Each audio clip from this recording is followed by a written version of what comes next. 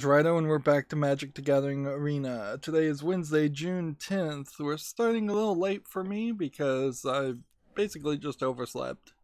Uh, so I want to do something here with the audio. First of all, music plays. It just doesn't play in this main menu when you first launch anymore. So that was just an artistic decision by Magic Wizards of the Coast to not play music, which is the right decision, although I kind of wish it would just play something very, very subtly, like at 10% of its maximum capability, because it is hard to tell if I'm even picking up the audio from the game when it's so low. Now, I have been playing a lot of extra off screen to get 15 wins, which has helped me gain some more gold and experience. But it also is mostly just I've been doing that because I want to avoid scheduling videos, which always hates. Here's the deal you always want to take: you spend 50 gold to get 500 gold. As far as these other daily deals, yeah, you really would have to be a whale to get all of these, particularly when some of these skins can only be bought in witch items, the premium currency. Uh, still, still trying to figure out how much we're gonna actually have when the new expansion comes out. It's probably not as much as I'd like it to be. Here we have a Throne of Eldraine pack, which these cards would still be useful, but I think I kind of already have all these cards. Clearly what happened there is I opened way too many Throne of Eldraine packs since that was the first expansion that I started playing Magic Arena with. And now I just have a ton of extra cards I'm getting as they toss me the occasional Throne of Eldraine pack. So it really is probably around 25 packs at maximum, probably closer to 20 that you should open at the beginning of any expansion. We have a workshop here, which will play an event deck, and we'll get it's a 5-color deck. That's quite a lot. Look at this nightmare. How many cards is this? 140 cards. And I don't see a ton of cycling. Let's see if we can get a breakdown here. 75 creature cards of all kinds of things. 19 instants, 18 sorceries, artifacts, equipment, enchantments, planeswalkers. I have no chance whatsoever of figuring out what the strategy here is. Mastermind.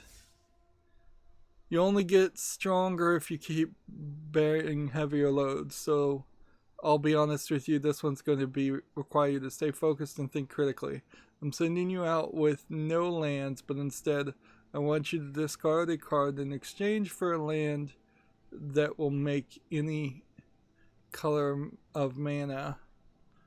Get creative and get wins. Wow.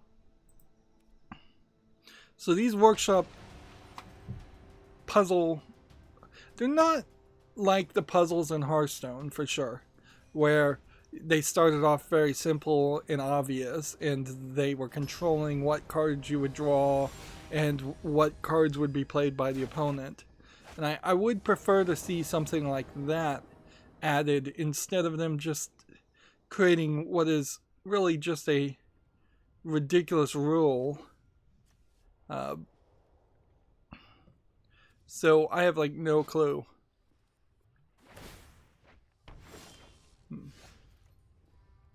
Let's see.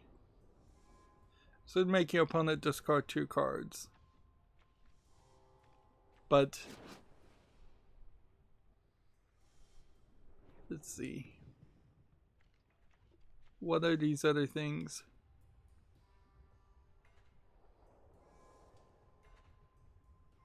Let's see. Exile cards from the top of your library until you exile an online card, then put that card into your hand. If this card's converted mana cost is 4 or greater, repeat the process. So that would give me cards. Let's see.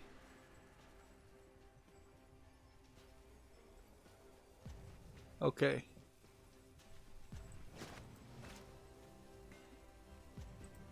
So I gotta play something.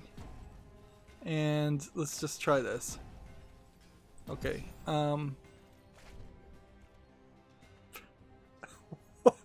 hate this.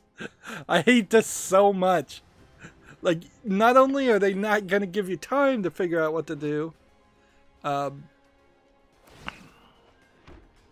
like, you're gonna have to figure this out. I'm gonna have to just discard like a whole bunch of cards. Discard this, and you can only do that one turn. So, okay. You discard a card and then it gives you mana. Okay, that's we're figuring this out a little bit better.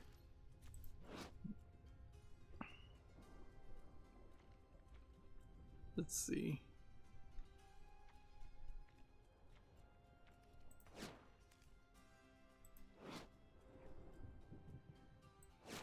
Let's go ahead and discard this. And then put that on the field finally. Finally have a creature on the field.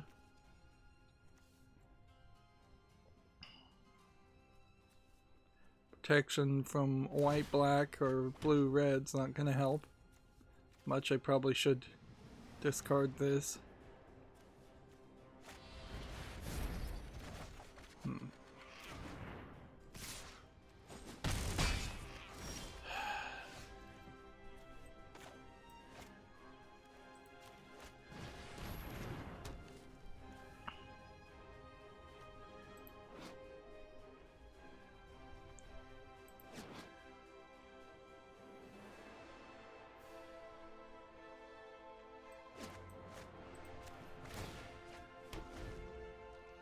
Should have discarded that one. This is a nightmare. This is a complete and total nightmare game. And no doubt somebody's going to figure out how to play better than I am. Particularly if it's an AI that knows what they're doing. You can see he has 5 mana. I only have 3.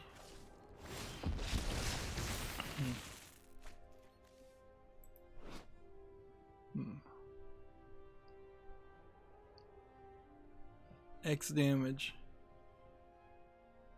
Well, that might work at some point in the future. Discard that. And then play that.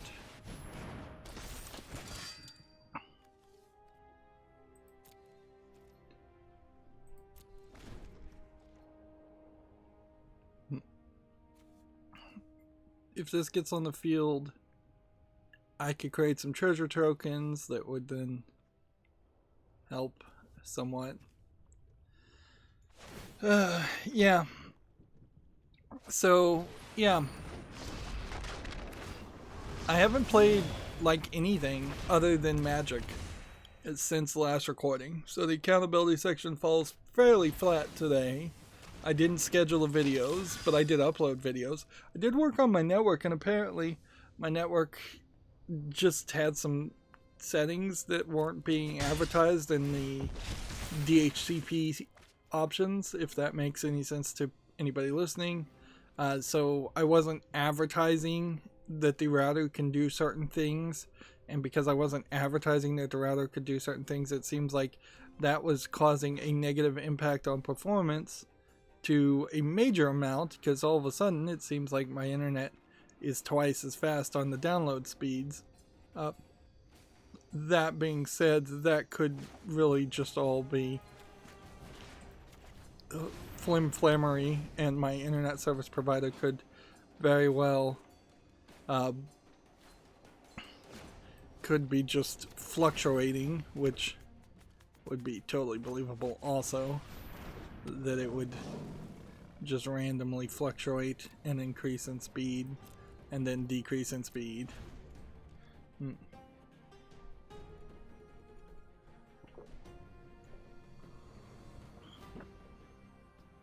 But yeah,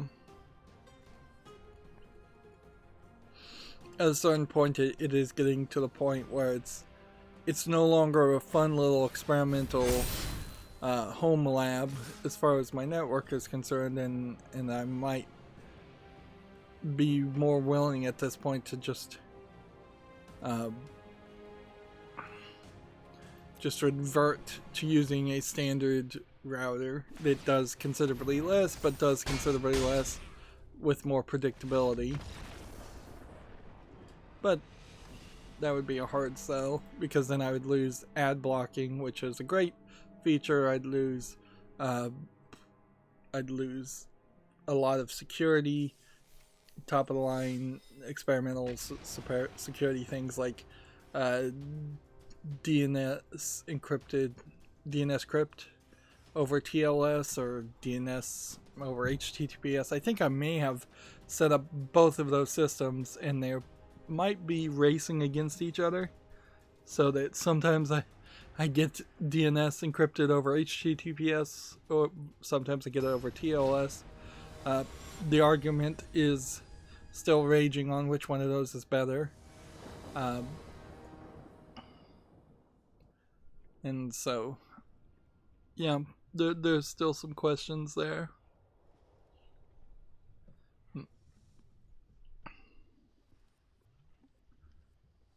It would be nice if you could set it and forget it on all devices and you never have to think about it, but even my set it and forget it devices don't really work that way. I've had to go to quite an extreme measure on one of my devices by replacing both the network cord and the power plug extension, just to see if perhaps something is going wrong with the power going in or the network going out that is causing it to have problems in the past. And then one device which I had physically unplugged from the network because it was giving me trouble, magically started using Wi-Fi, even though I never could get it to use Wi-Fi before that point. So, yeah. At a certain point, you start to feel like you're just an old man who doesn't know what you're doing at all, or an old person who doesn't know what they're doing. Imposter syndrome often starts to creep up on you when you're having frustrations. Particularly when I think about, like, when I was in school and when people were in awe of my, like, programming ability and my skill and my knowledge in IT stuff. Like, I don't know if maybe a lot of that knowledge is probably pointless and old and out of date. Almost certainly a lot of it is. But I don't know if the teachers weren't kind of just lying and the students weren't just kind of not that...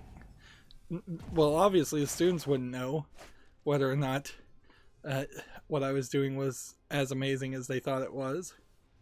So, but I don't know.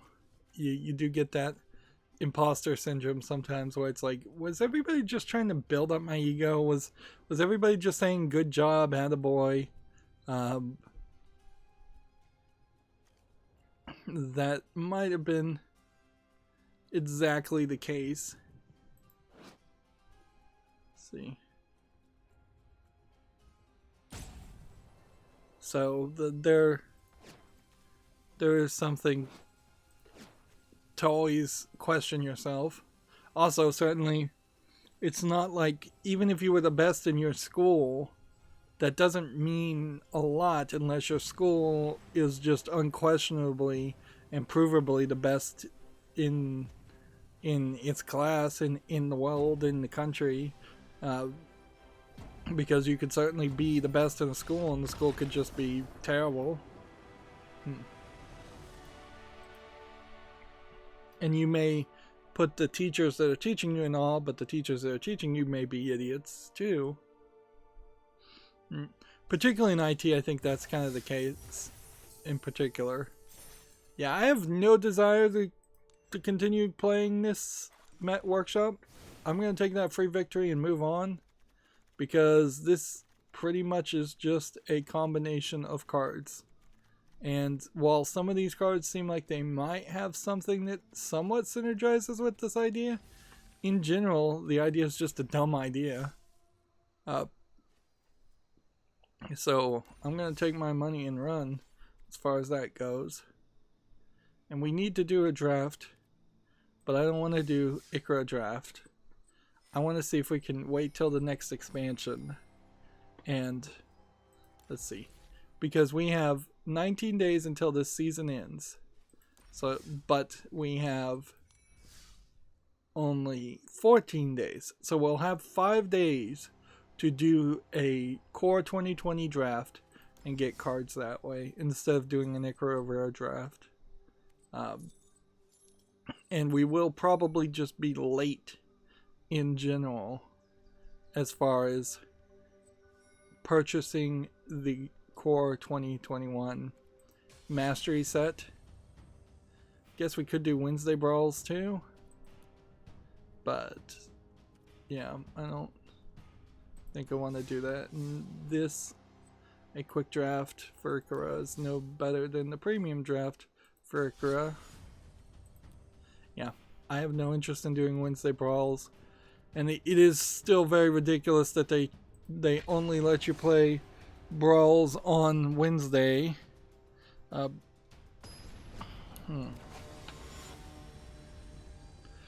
It definitely is a part that why there's still so many people playing Magic Online is that they fail in Arena to really fix the issue of letting people play the games they want to play when they want to play it. Also, undoubtedly, they're looking to screw people who have played on the Magic Online, and I would highly recommend anybody who has any cards on Magic Online, because there's some kind of way to trade those and get some monetary value out of it. I would highly recommend trying to sell all of those as quickly as possible, because Wizards of the Coast, I almost guarantee it, is going to screw out the Magic Online community and just shut down that without any notice whatsoever. And if you've got hundreds or thousands of dollars worth of cards, the way that economy works, I don't know, but I know there's an economy there. If you've got that money in Magic Online, try to get that out as quickly as possible. Sell your accounts, I guess, if there's no other way to do it. Because clearly they're going to move everybody to Magic Arena. And almost certainly, I would guess, they're going to move the people over to Magic Arena without actually supporting all the cards that are in Magic Online. And yeah, it will... I wouldn't be surprised if you start to see some major just banning of players for the smallest of infractions or made up infractions too. So they might try to get rid of a couple thousand people just by saying they tweeted something offensive or cancel type culture. That way they can close down accounts without taking as much blame. But at a certain point they will just say, yeah, forget it, we're going to shut the whole thing down.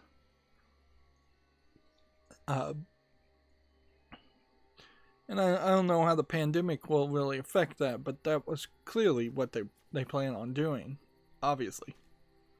And I don't trust Wizards of the Coast one bit to do it the right way and treat the customers right. That is not in the DNA of that company or its parent company, Hasbro. Let's just be honest. There is, I guess, a slight benefit in starting a little bit late today, in the fact that there was some small presentation of a few games, most notably a new Alex Kidd game, which we'll talk about later, but not really a ton. However, I will say that even with this small presentation, all of a sudden my Twitter feed was almost completely full, as far back as I could scroll, with new things from yesterday. Which means I am approaching the point where it's going to start making sense for me to make sure I check my Twitter feed and my news feeds as far as on a daily basis, or if not more often than that. I probably check it more than once a day, honestly. One of the things I saw is that Netflix wants to make a live-action version of an anime called The Promised Neverland, which is an insanely stupid idea. In two things, without really spoiling it, The Promised Neverland is a show where the core conceit is that it is full of kids. Young children. Like 10, 11, 12-year-olds. So you're going to have, and the main characters are like that young. So you're going to have way too many child actors, which is going to make it way too difficult to film, or you're drastically changing the core conceit. The other thing, without spoiling too much, is that it is a very horrific story circling around these kids. So then you're going to make something that is offensive and objectionable, something that was like provocative because it was reaching the niche audience of anime fans who don't have the same hang-ups about violence or aggression or horror compared to a mainstream audience of a live action audience. So it's just like doomed for failure. It seems like Netflix just doesn't have a clue what they should be doing, and they're throwing a lot of spaghetti against the wall, and they're just gonna continuously peeve off people. There was another controversy just a week or two ago where they were going to change the outfit of Faye Valentine in a live action version of Cowboy Bebop, because her outfit, where she's wearing like a kind of G-string bikini bottom with short hot pants over it, and like a high cut kind of like vest that shows a lot of cleavage, like that they said no realistic person would wear that. Problem is, plenty of cosplayers have worn that exact outfit. Plenty of cosplayers, I'm sure, have been allowed in and around anime conventions with that outfit. That it's not that extreme. It's a high fashion and slightly lewd, by no doubt, but it's not so extreme that it really needs to be censored, particularly when you know that the visual styling of Cowboy Bebop is the main thing that would sell Cowboy Bebop live action to people. So, yeah. I keep getting the slight feeling that Netflix is willingly letting itself get taken for a ride, where Japanese people want to do something different and they want to get money no matter what, so they'll just agree to work for Netflix and then make a half-assed version of it.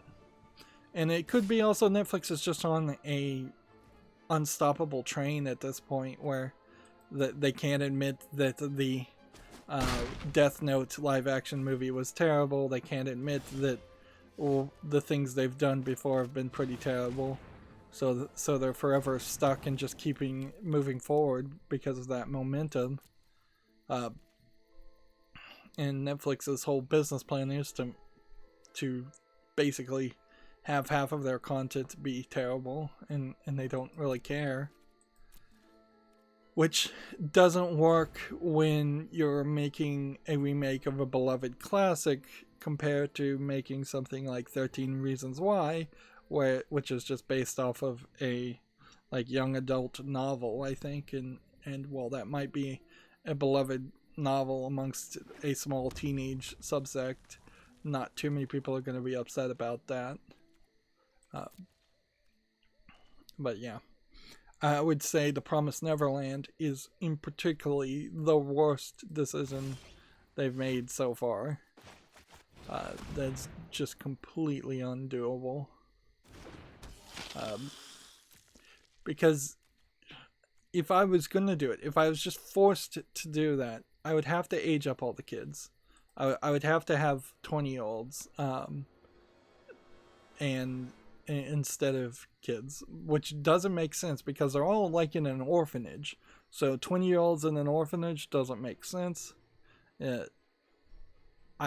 could do this if you were going to do like a CG animated version of the show, but there's really no reason to go from what is a anime style that looks flat in 2D but still uses CG to a 3D CG animated show, because you're not really changing it much at that point.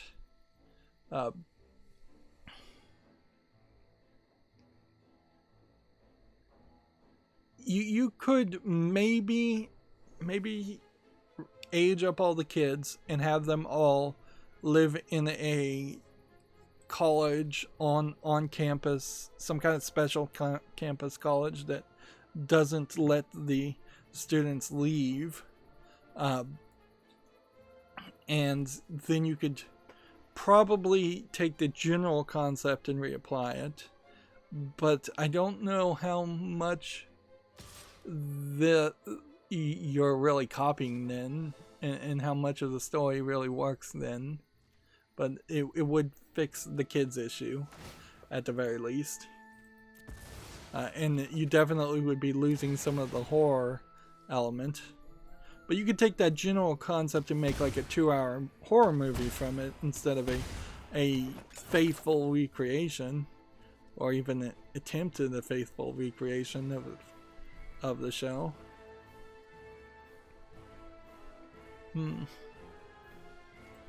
Yeah, never work with kids, never work with animals. Two of the main rules of filmmaking.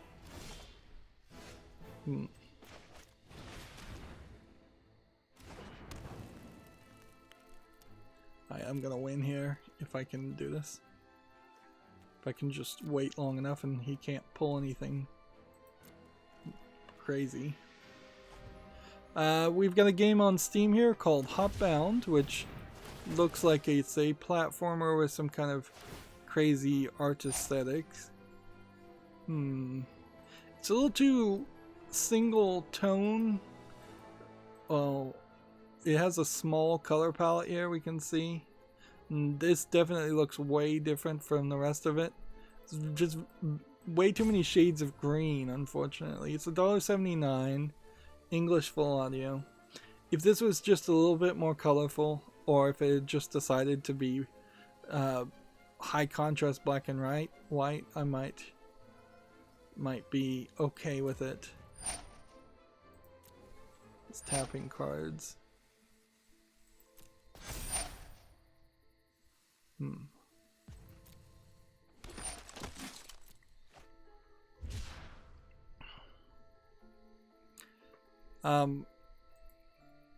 Yeah. We don't really have a ton of games to talk about, but we have a few. It does seem like we are just kind of slowly getting there. I'm not sure when the summer sale is going to happen, but I think was pushed back, and I think we'll probably see it in a week or two, and I really want to have to think about how many games I'm going to actually buy.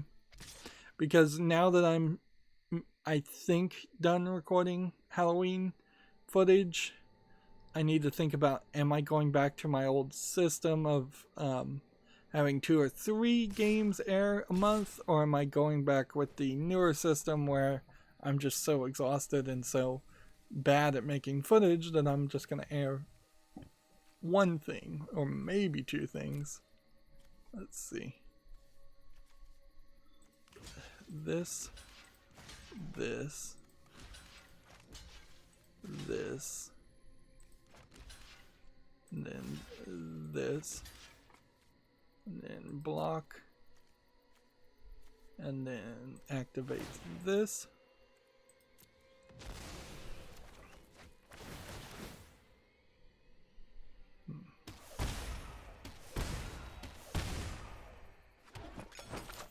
And put this back on the field. Come on, game, let me do it.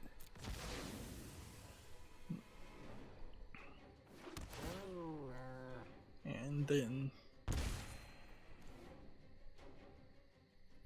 sacrifice this. I think at this point we are in a weird position now where, while we have seen a considerably smaller number of adult games, particularly low effort adult games, approved and allowed on Steam, we're no longer really seeing any consistent day. Like, it seemed fairly consistent that the every other Friday was the day that they would put out these games, and now it seems like they kind of are just coming whenever, which is fine by me, and it feels more fair.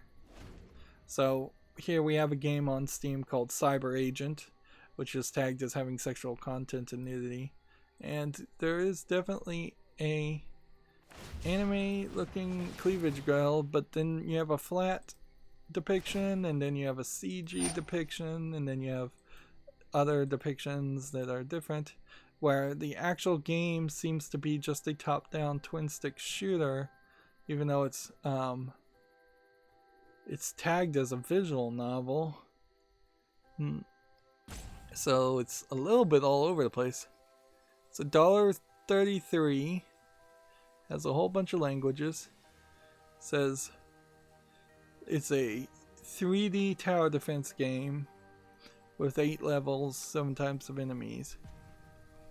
So yeah, that strikes me as this game doesn't know what it is, and it very possibly isn't anything at all. And it is just a combination of terrible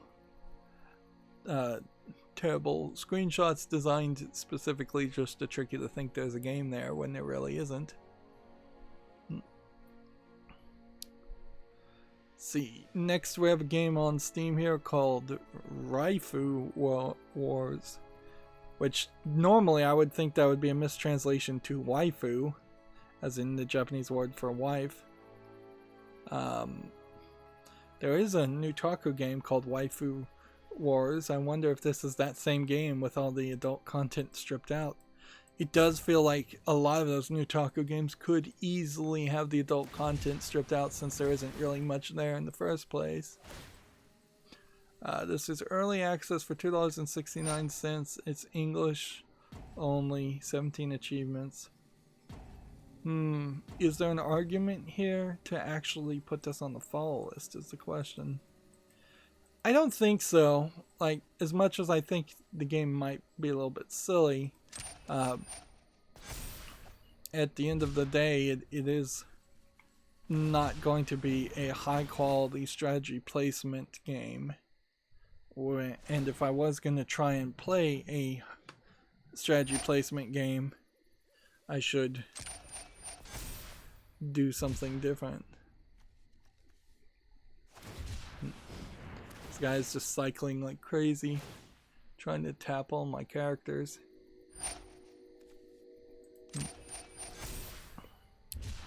See, Gamma Sutra has a job listing. Remedy Entertainment is looking for a senior dialogue designer. You don't see too many dialogue designer job listings. Espoo, Finland. We're starting to see slightly more job listings again. Let's see. Okay, so what do we want to do? We want to Sacrifice this.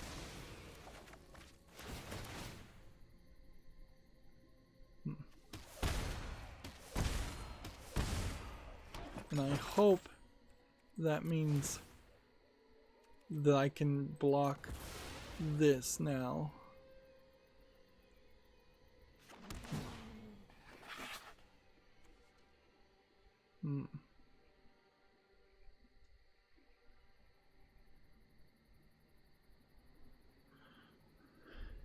Did I move fast enough or did I not move fast enough? Even if I didn't move fast enough, I still probably would be fine. So he's gonna cycle again. All of that.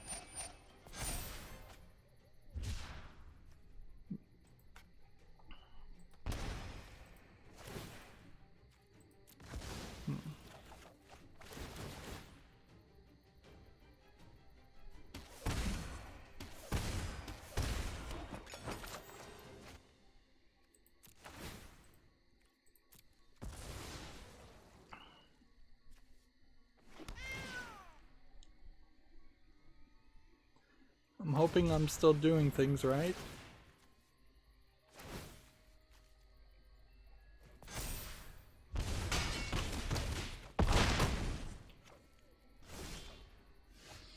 Yeah. Game 1. Sacrifice this. And win.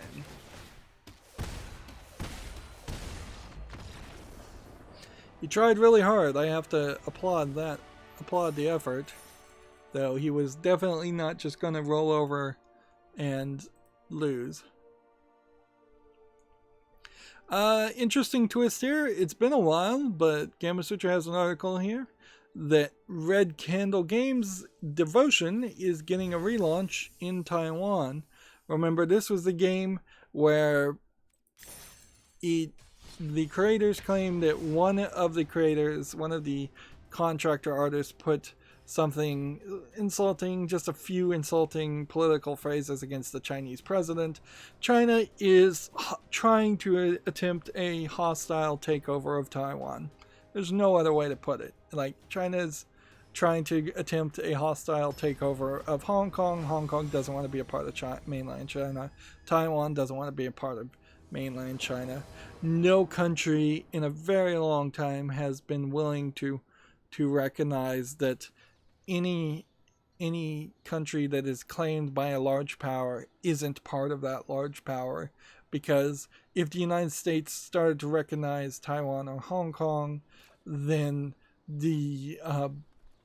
China might recognize if Texas decided to say it was not part of the United States. And it is this whole domino effect problem. And it certainly is something that could lead to war. But as for Devotion, it's just like a kind of cool looking Asian Taiwanese horror game that got review bombed by either Chinese citizens who were trying to raise their social credit score, or Chinese citizens who really believed that their president can't be insulted even the smallest. I doubt that's actually true. But who knows what the level of brainwashing actually has succeeded in that country. Or by computer bots. It was the thing that led to the review bombing response by Steam, which I don't think was particularly the best response, but I can also certainly understand why Valve had to do something when they literally saw evidence of government manipulation. And I'm not sure that we don't, on much smaller scales, see a lot of government bot manipulation on a lot of other games too. The main thing that has changed is COVID-19 certainly has happened since Devotion came out. Hong Kong protests have still continued and escalated. And I think the main thing that would have mostly irritated Taiwanese creators is that China put out a statement saying that they no longer, they removed the word peacefully in their statement of intent to, quote, reunify or unify Taiwan with mainland China. Which you've seen that with Hong Kong too, that China is just saying, we will use violence, we will just violently take over this area. And there's only for the need of land, for the need of wealth, and for the need of power that China seems to want to continue this imperialistic activity. You would think, from my understanding of history, that after mainland China found out that it was being secretly run by an imperialist communist Japan in the past, you would think that the Chinese people would not turn around and try and do the exact same thing. But there certainly is something to just being so incredibly overpopulated that leads to like brutal fascist dictatorships, brutal control. When there's fewer people, human life has more value. You don't need to constantly conquer people, constantly try to acquire more resources.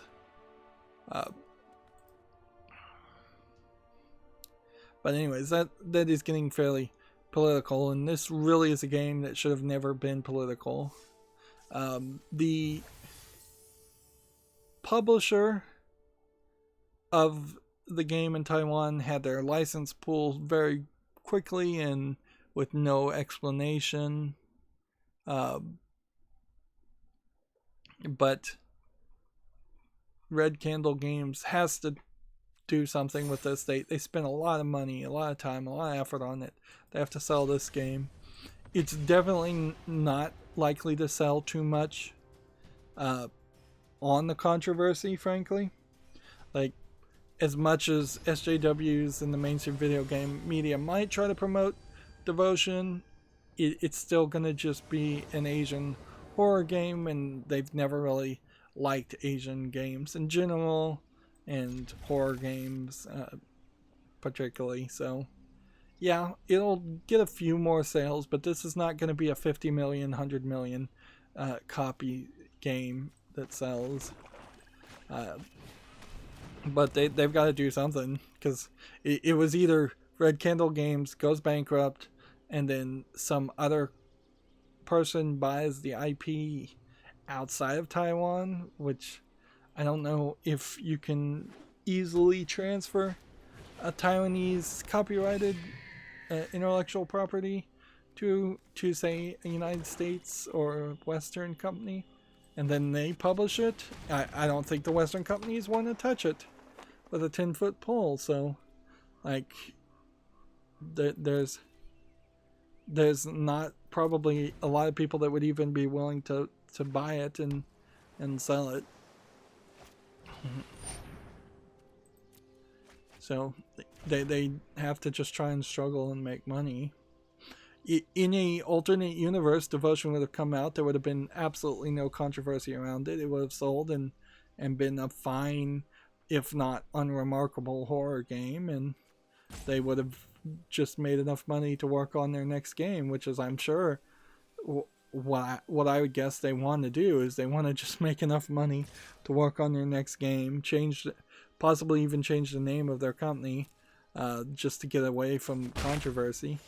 And as far as their response, Red Candle Games, as far as I recall, never doubled down on any of this. They completely threw that contractor artist under the bus, even if secretly they agreed with everything he said. They totally threw him under the bus. They totally blamed him. They removed the art as soon as possible. If anything, this is an example of the Chinese government being just oppressively cruel, when they could have just as easily said, thank you for removing this completely offensive propaganda. We recognize that it was not your fault, and we thank you for setting the record straight. China could have looked like the good guys, but they are, in their lifeblood, not capable of doing that, it seems.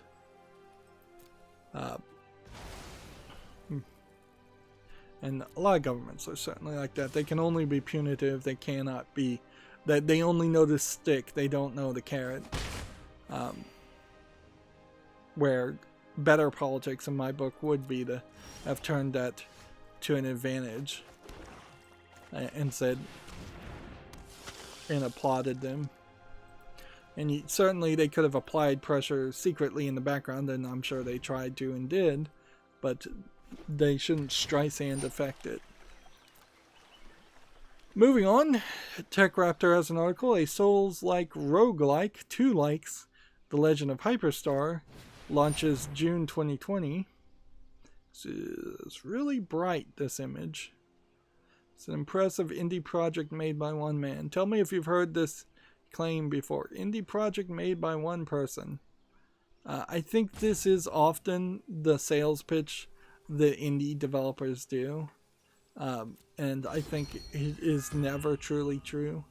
It almost stinks of the concept that a CEO of a business made and earned his salary without abusing and using the sweat equity and the effort of all of his lower employees.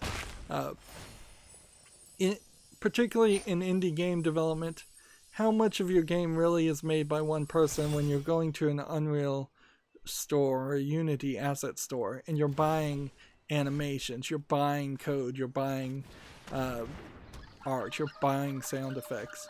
You could easily claim it was made by one man because the vast majority of it is actually being made by someone who you license the content from. Like, if I were to say make a cake would take flour, sugar, baking powder, eggs, maybe water, things like that. I could say, and nobody would really question it if I said I made this cake all by myself. But in all actuality, the cow made the milk, the chicken made the egg, somebody took the oats and ground it down into flour. Somebody grew sugar in some sugar field. Some farmer grew half of that, frankly. Yeah, there's hundreds of people that go into even a simple process of like baking a cake. And I feel like the truth for indie games is very much the same thing. Whereas in the past, if you were a programmer who was programming in assembly language and you were programming all the sprites by hand and there were no helper libraries, and if you were making Pong, for instance, well, Pong's probably a bad example, but at some point in the past, it meant a lot more to say one person did it all. Now it really doesn't.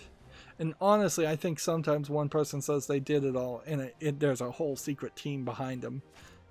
There's plenty of narcissists out there. Everybody should recognize that. I wouldn't be surprised if there is several games that have been sold as indie projects done by one person. In actuality, there was a whole collection of secret support staff that just don't get credited. Like, we still have a major issue, I would say, with games not crediting their creators. Let's go ahead and attack with everything, I guess.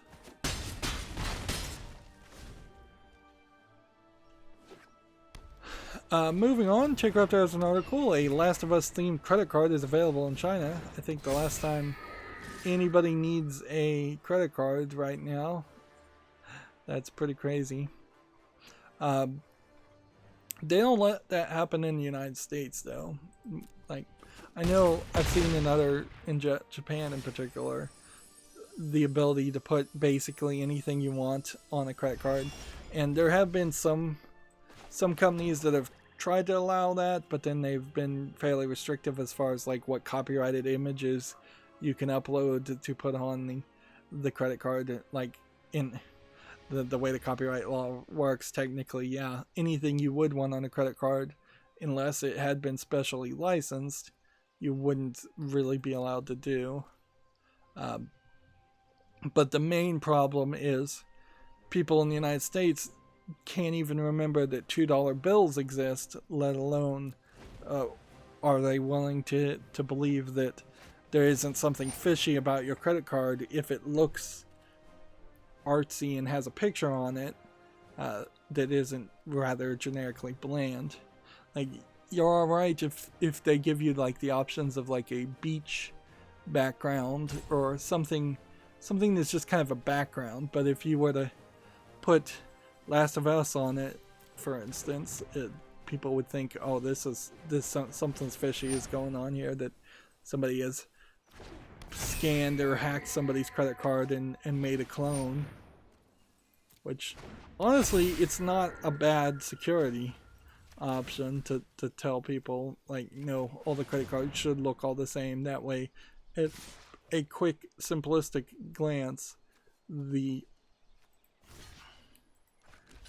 people who are looking at those cards knows what's going on. Well, I just lost. Moving on, we have a game on Steam here called Gunbird 2, which looks like it is a kind of high-action shoot-'em-up game. Yeah, it kind of has a different art style to it. I probably wouldn't play a shoot-'em-up, but it's $9.99, and it apparently has split-screen co-op. Wait a minute, it says online ratings, so it has a leaderboard, Steam leaderboards. That's not really a great selling point. This does look like a 90s style animation, 90s style anime. Let's see. Yeah, that's pretty much how a lot of characters were drawn back then. I guess I can't justify putting this on the follow list though. Like, if I'm gonna play a bullet hell shooter or a shoot 'em up, I should probably play one of the best ones, not something that is newer and less likely. And I don't feel like I'm gonna go down that path. Kill 15 of your opponent's creatures. We need to kill 10 more creatures. And this deck is just not built around that concept. Next, we have a COVID-19 isolation game, which seems like it's a low-effort visual novel, for lack of a better term. I'm surprised there aren't more games with COVID-19 in the name. It's $8.39, bunch of languages. Yeah, I kind of would have suspected we would have seen a lot more, but I wouldn't be surprised if Valve has been fairly careful about not allowing a large majority of these of games like that, because they are trying to sell on controversy, sell on drama, sell on unfortunate circumstances.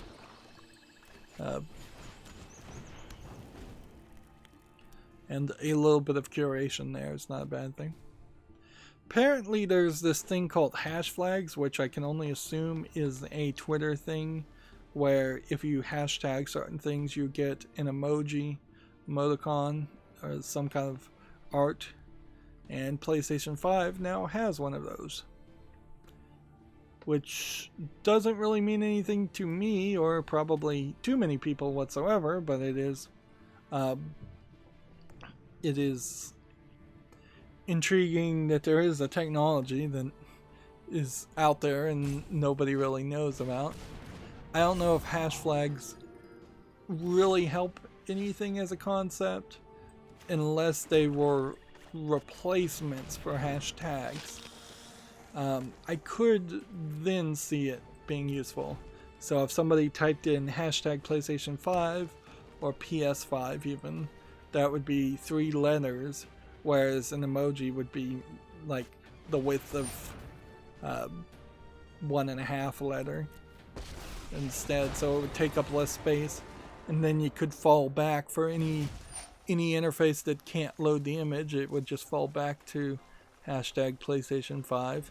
But then you also have to have those hash flag emojis be so incredibly recognizable that nobody is confused whatsoever as far as what the image looks like.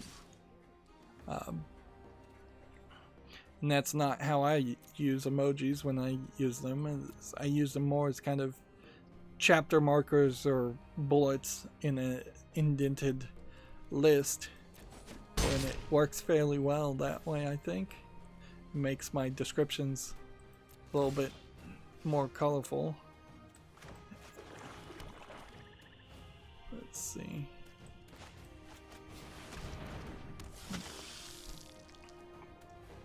Moving on, Gamatsu has an article. Blaze Blue cross-tag battle shipments and digital sales have topped 450,000 units. This is the second anniversary, or we're soon to the second anniversary. Yeah, Blaze Blue is definitely one of the contenders of the fighting games that I'm considering covering. If I were to actually spend the effort to cover fighting games. Gamatsu has the Famitsu review scores for issue 1644. Again, really only reviewing 4 things. So they have Concept Desolation, which is 25 out of 40, so that's just awful. Golf with Friends, which is 29 out of 40, which means it's not that good. NeoCab for the Switch is 31 out of 40. And What's the Golf for the Switch, which is 33 out of 40. So nothing amazingly well reviewed. Yeah, you can definitely see that they are still mostly self-isolating and not doing anywhere as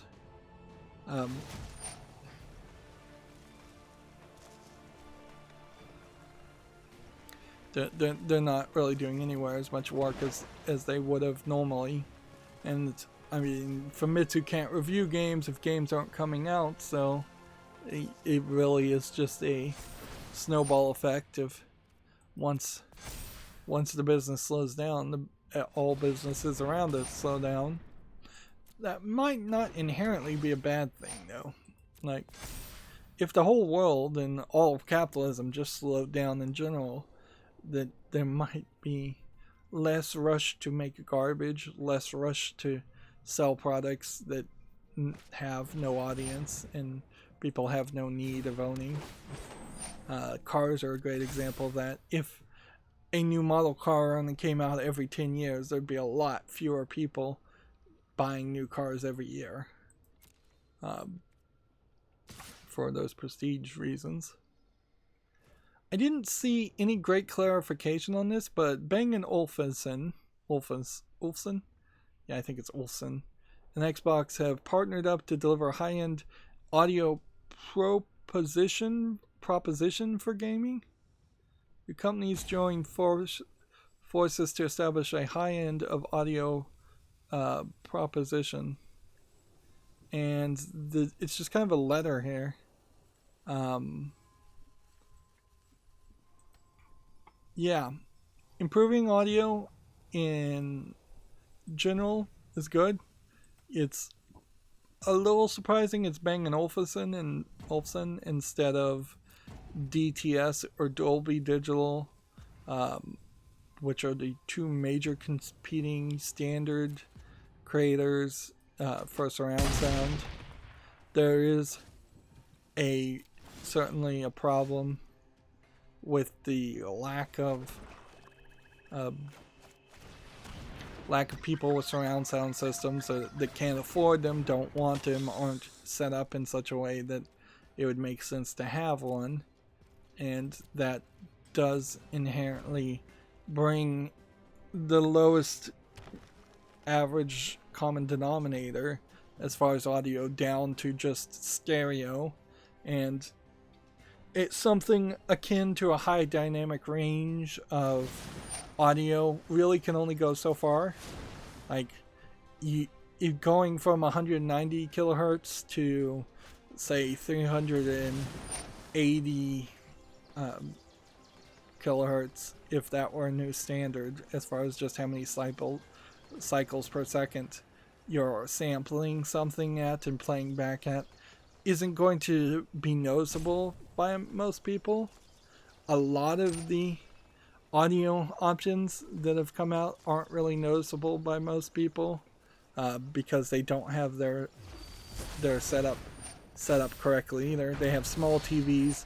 A speaker on the left side of a TV versus a speaker on the right side of a TV tends not to sound that great. Even sound bars don't really sound that great. It wouldn't be a terrible idea for the Xbox Series X to have a line of products that's like, here's a sound bar, here's a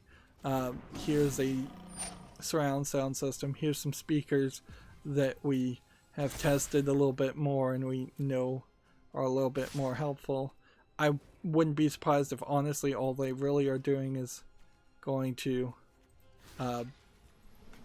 try and... This guy sucks. I wouldn't be surprised if they really are just going to try and sell some headphones.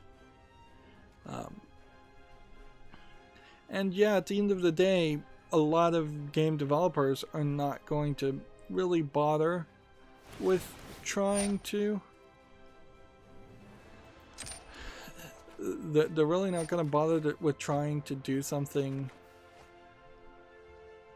amazingly good with the audio if they don't care about the audio, which a lot of creators I don't think probably do.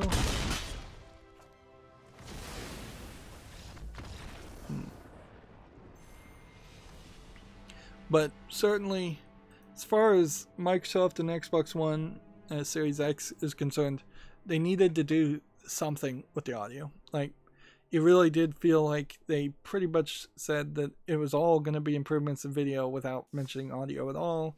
And I feel like it was pretty much the same statement for the PlayStation 5. Where there should be something. Like,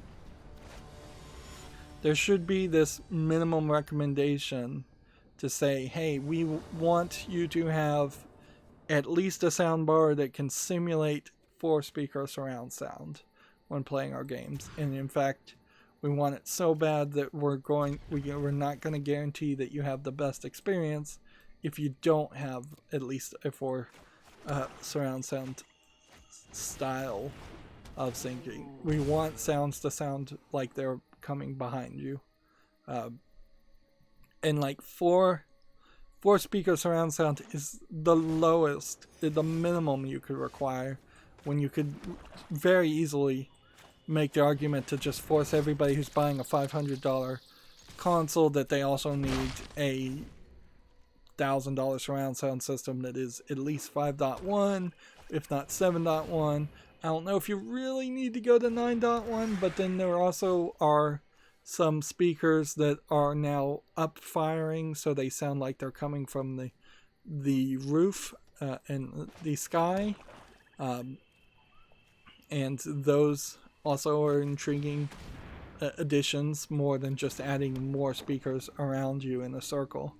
But I would recommend most people, if you were building a new surround sound system, get a nice Yamaha surround sound receiver. My Yamaha has worked fairly nice, and get a 7.1 setup. Unfortunately, as someone who's speaking into a mic, I'm just using a headphones.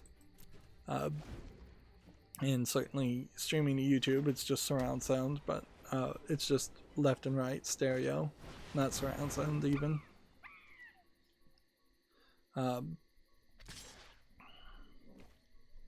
But yeah, I would say go big if you're going to have a surround sound system.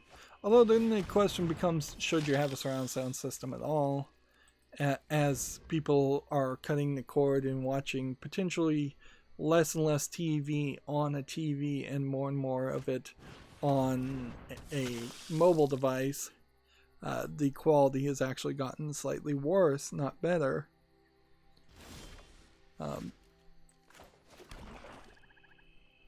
I could kill all three of these guys, but I don't know if I want to.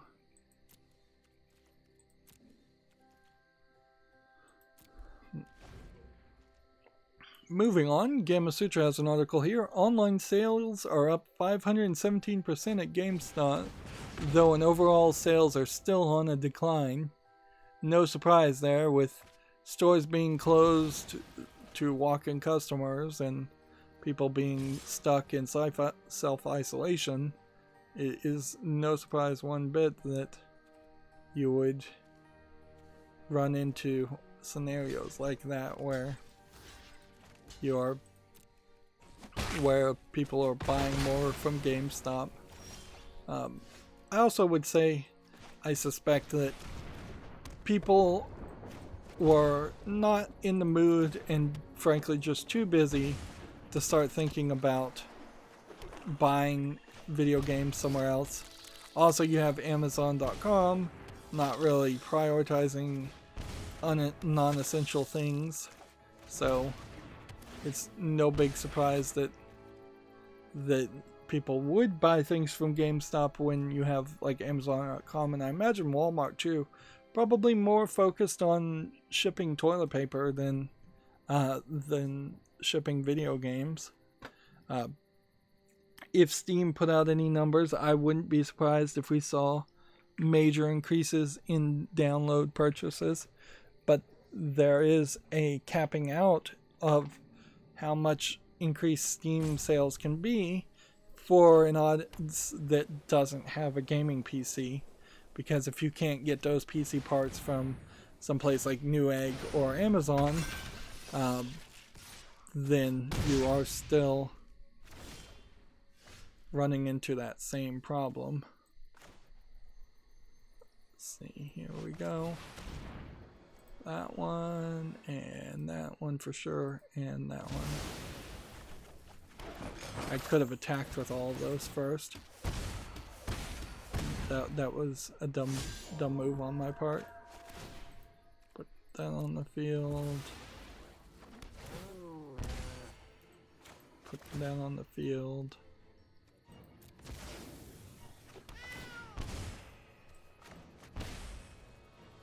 Yeah, I could have probably played a lot of this better.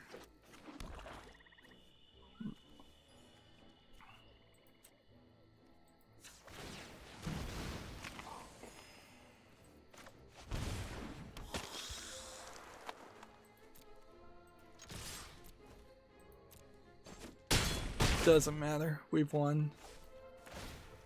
So just gotta sacrifice everything.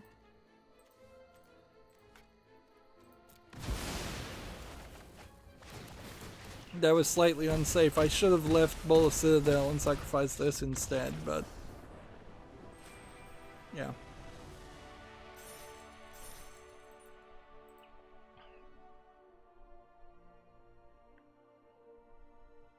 My Ecobee thermostat has decided to implement a new Eco Plus mode to save money and electricity by adjusting the temperature based on humidity.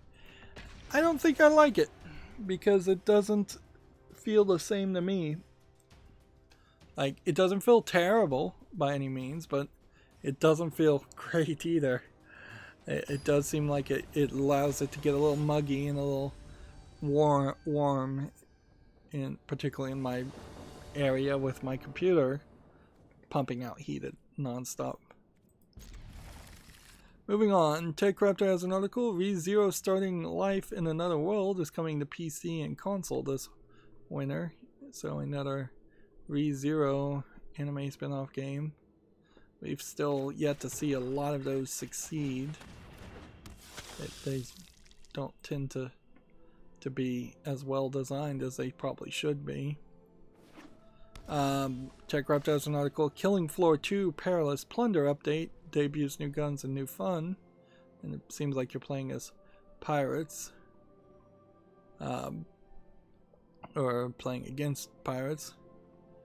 It does seem like Killing Floor 2 is still getting supported, which is quite shocking, because I think that game is approaching 4 or 5 years old, and it must just have more of an underground following than I really thought it did.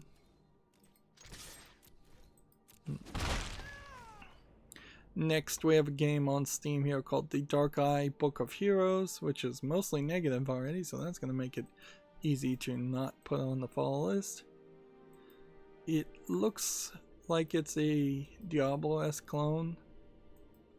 Classic role-playing together with your friends in a co-op multiplayer RPG. $29.99. Let's look at some of the reviews. Let's see. Without doubt, the worst game I've ever purchased. I'm a little shocked by how primitive this game is. You can't control your companions, so basically you just walk around the map in combat and hope for the best. Not sure if it's just too early. Great concept, terrible implementation, very buggy. Not recommended in its current state. This feels like it should be early access. Okay, well, that developer just shot themselves in the foot.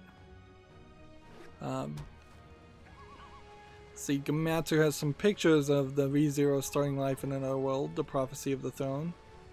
So, this is one of those isekai animes where somebody ends up in a alternate universe. There's quite a lot of those in Japan because nobody young wants to live in Japan and Japanese society because it's not got much to offer to them, in the sense that nobody's looking forward to being a salaryman for the rest of their life and probably having less healthcare and less support. I would say that's true in a lot of countries, including the United States too. Like, that it's basically the baby boomer problem. Too many old people, not enough young people, too much politics and pandering to the old people, not enough consideration for the young people and what their life is going to look like.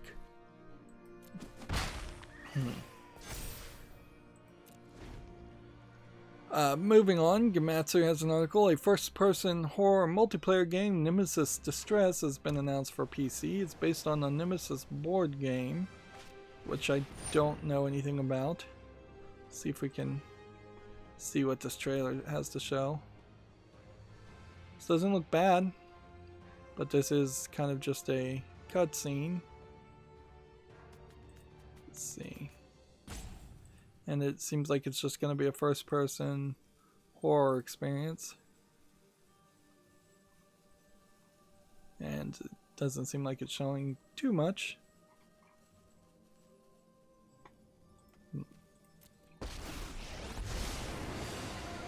There probably is a very good argument to say don't make a video game based on a board game because there's not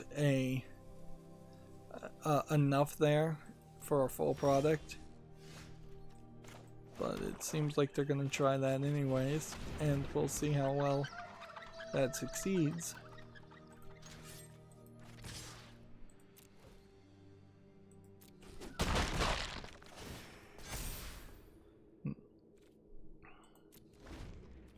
See, next we have a game on Steam called Pussy Puzzle, as in cats, although I think probably this is somebody trying to sell on possibly using a word that could be misconstrued. It's $4.24. It's English only. It's nothing really. It's just a bunch of more jigsaw puzzle games. We have seen considerably fewer of those, though. Considerably fewer low-effort jigsaw puzzle games come out recently. And there might be some invisible hand at Valve that is curating the content, or it might just be that people have realized that they don't really make any money making these low-effort games. Particularly if Valve just stopped the same people from selling 20 things in a month, the number of these low-effort games would definitely reduce to a much more reasonable amount. Of course, it always goes back down to how many people are really seeing these games at all anyways. If you're just visiting the front page, even if you're visiting the front page and looking at the curator feeds like every single day, you still may not see these brand new games. Particularly if you're not a person like me who has a ton of games in the first place, that lowers what can be recommended by quite a bit. If you only own a dozen games on Steam, there's clearly going to be hundreds of really good AAA games that Steam could recommend to you first and foremost before it would start recommending you brand new games that have no reviews and no relevancy. Moving on, Gamma Sutra has a blog here for game discoverability, the summer of games, which these again are these blogs that probably from GDC and probably aren't super useful for even game publishers and game developers. At a certain point, you kind of just have to put your game out there and hope it succeeds. There is probably some level of preparation and avoidance you can do to try and avoid catastrophe, but it is just at some point going to be a risk you have to take. Alright. Well, I guess what we do is we attack here and do this, and then we do this, then we put this here, and that lets me defend even if I don't have to. Let's see. Next we have a game on Steam called Deck of Ashes, which is tagged as a deck building RPG game. There's a lot of videos here and a lot of images that still don't want to load. I don't know how much of that is the fault of my network or if it's just a fault of the way this web page is programmed. So it looks a lot like Darkest Dungeon and Slay the Spire combined. It really does feel like a Darkest Dungeon clone. And I don't know if I really would recommend naming your publishing company Buka Entertainment. Buka, not probably an appealing name. Maybe it translates to something I don't recognize. This is $19.99. It's English and Russian full audio, which is slightly suspicious. Let's look at some of the negative reviews. We have fairly fun. The general gameplay loop is fun, but the minor UI issues weren't enough for me to say, nah, I don't want to give it a thumbs down or a thumbs up, but in the end, no is my call. Clicking to progress battles don't work half the time. You have to use the keyboard to progress actions. Another review here goes, menu UI is broken to the point of illegibility. Buttons just randomly don't work and text displayed over other text. Okay, well, then I guess we know what the problem is.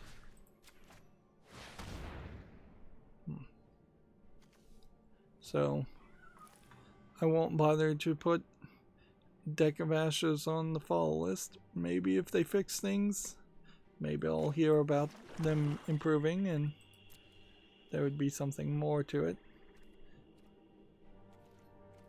Let's go ahead and keep on attacking.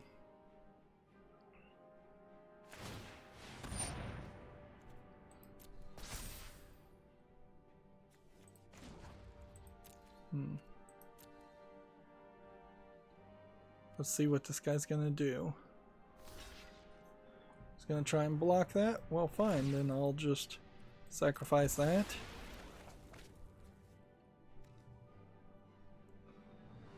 And then I'll just put it back on the field.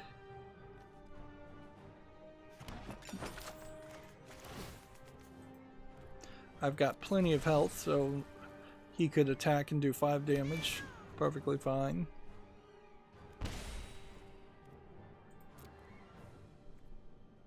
And if he puts something else on the field, I can just sacrifice all 3 of them. Moving on, Gamatsu has an article for the PC and PS4. World of Darkness game Wraith the Oblivion Afterlife has been announced for all major VR platforms. I don't know what World of Darkness is, though. Apparently it's a series.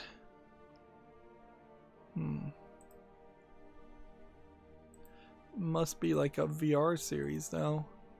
That's why I haven't heard of it. And at first glance, just seeing these teaser trailers, it does kind of just look like it's a VR horror asset flip game. I mean, it's hard to see anything unique or special there.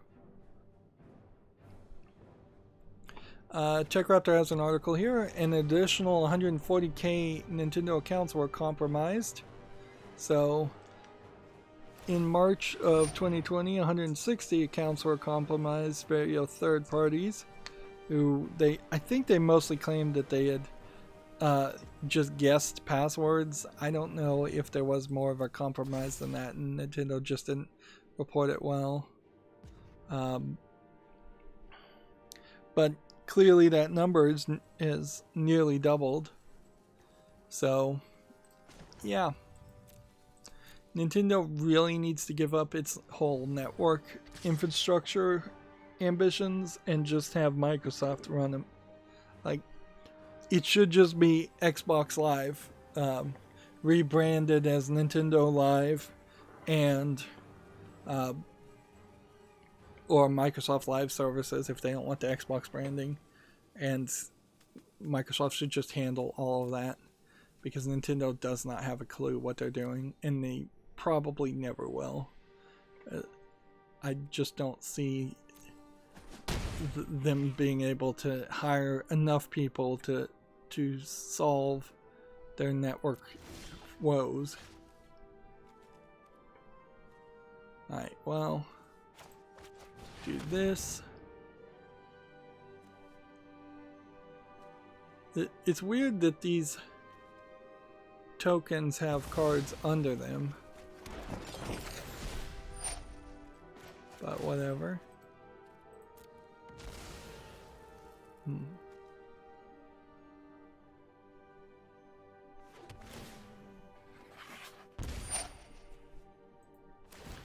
We'll just go and sacrifice it.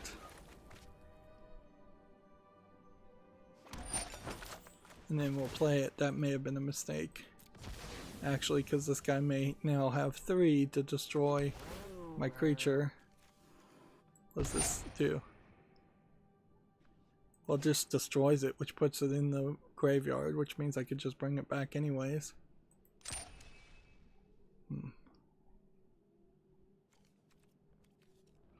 I could get even more health if it mattered. And I can play more mana if it matters, but I don't think any of that will really matter at all. And we are now up to gold tier 1. So with any luck, we will make it to platinum tier. Ideally, we might even make it to platinum tier 2, or There we go. Another card. Let's keep the momentum and keep on playing. Let's see, Gamatsu has an article, Nexomon Extinct reveals 9 starter Nexomon, which this seems like this is a Pokemon style clone game, which, yeah, they look like Pokemon. We've seen quite a few attempts at Pokemon clones. This one might be more from a Japanese developer, so maybe it will have a little bit more feel to like Pokemon compared to more of the Western Pokemon clone games. But I really am kind of in a weird position where I'm not even sure what I would want as far as a PC Pokemon game, because there's about 3 different styles of PC Pokemon games I'd want to see. I would probably want to see I probably would want to see something along the lines of a return to Pokemon Red and Blue classic style of game, just improved slightly but not changed too much, just modern graphics and such. But then I probably would also want to see a Pokemon Snap remake, and then I probably would want to see something that is a major improvement of even what Shield and Sword is, where it's big stadium battles, let's go Pikachu, let's go Eevee style of gameplay. I think I would prefer to see that also. And then some of the spin-off things like Pokemon Pinball's probably not something that really matters, so I wouldn't be too upset with that. But a lot of the spin-off PC Pokemon games have been heavily focused as more MMO or online co-op games, and I personally wouldn't want to see that, but I could definitely see that there would be a large audience that would want to see that, and that is something that the actual Pokemon games are failing to really offer. I also would want to see a story in it, and I'm not sure I've seen any great stories in any of these Pokemon clone and games, and that is going to certainly be part of the problem if you are kind of lazily cloning and copying someone else's idea for a game. As a My First RPG monster collector game, you probably don't have the capability of writing an amazingly good story that will intrigue and enthrall the audience. So that is yet another consideration.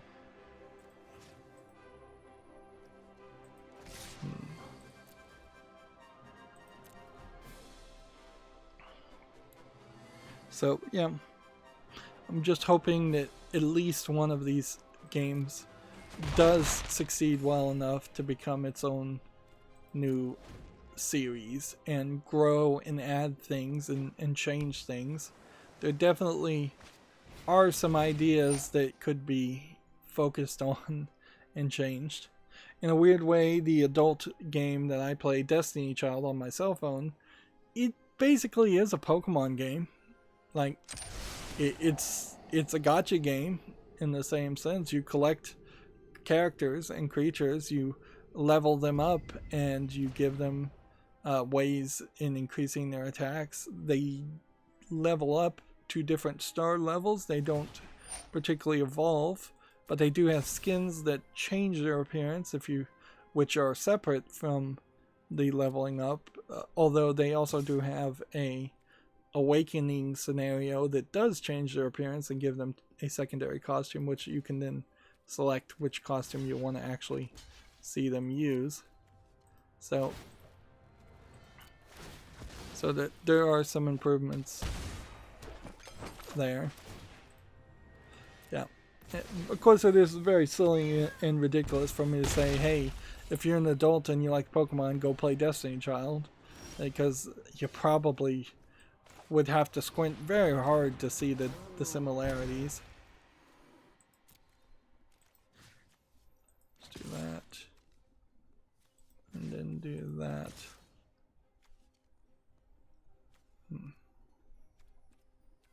And then attack.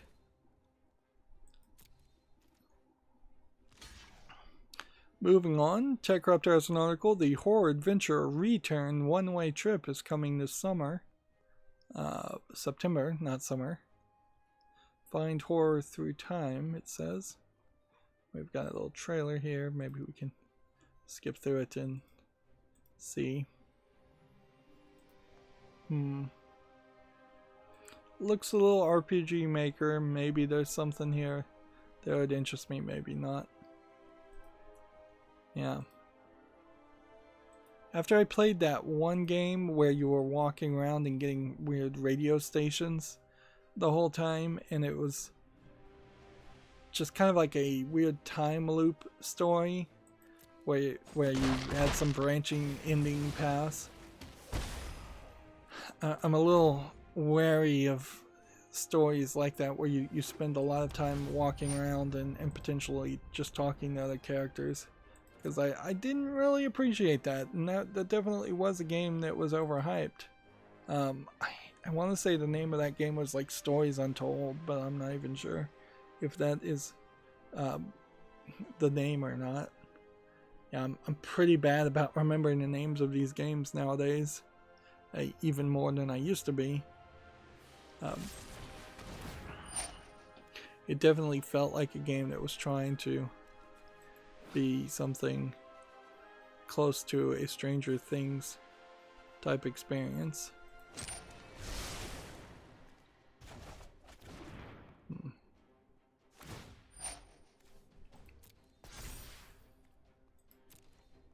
But yeah, I think a major problem with that story for me was that it was trying to trying to tell me a story of a bunch of high school kids, and I just was having a hard time relating to these high school kids as much as I think they wanted you to be able to relate to them.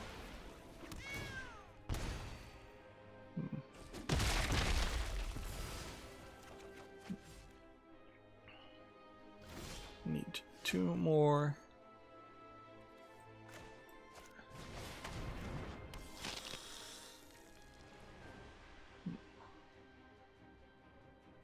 Yeah.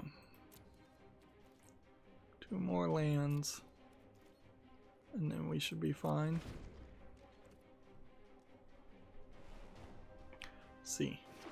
Next, we have a game on Steam called Mars Power Industries First Job, which looks to me like it's kind of just a strategy game, like a placement game. I don't know if there's really something here that would interest me enough, because it does seem like you're just kind of placing things to absorb energy. Like, seems like they've kind of taken the general idea of Command and Conquer, and as far as the energy gathering in Command and Conquer, and made an entire game around it. Well, I guess this game is free, and it's a demo for another game that is $2.24. So we're starting to see more cases of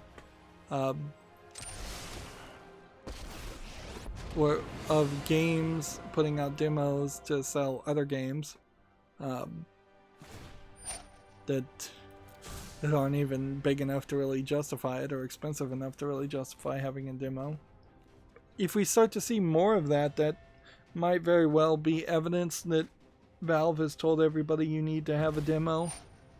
That would be kind of a silly thing for Valve to do, but I don't inherently hate the idea either. Alright, well.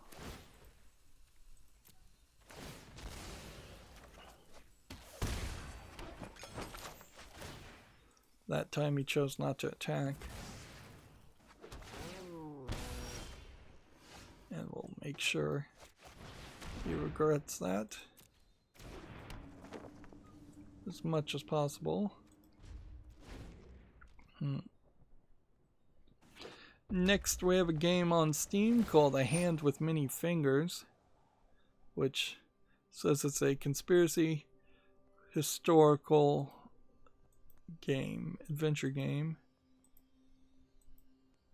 I don't know if there's really a game here, though. This kind of looks asset flippy, and it kind of looks like you're just gonna walk around trying to find evidence. Yeah. This is one of those games where it would inherently be changed quite a bit based on the length of the game. If this is a good 2-3 hour experience, fine. For $8.99, that's a little expensive, but it's not crazy. If this is a $10 10-hour experience, then it's probably not. While searching a dusty CIA archive, you uncover a real Cold War conspiracy. Every document you find leads to new research, but the archive might not be as empty as you think.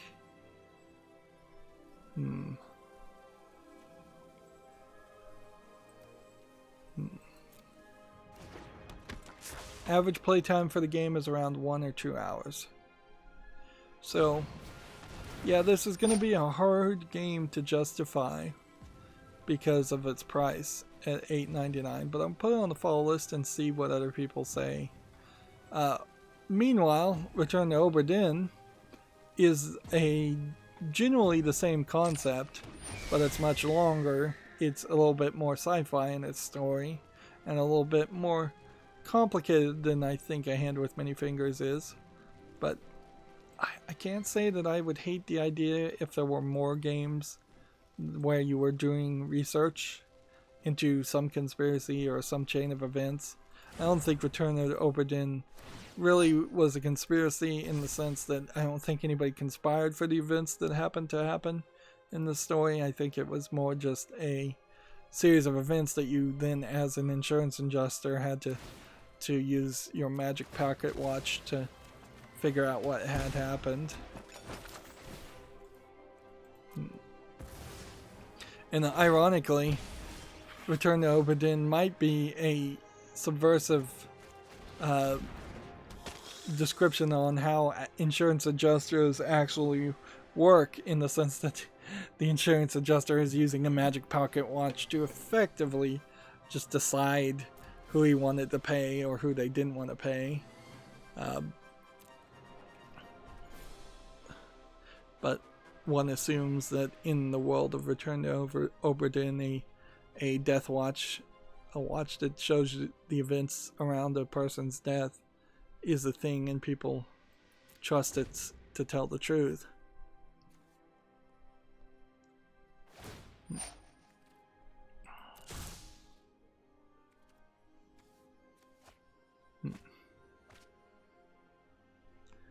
He's gonna have a hard time winning regardless of what he does, because as soon as I just get one more mana, I can pretty much just win with that alone, and he kind of knows that because he sees Bull Citadel.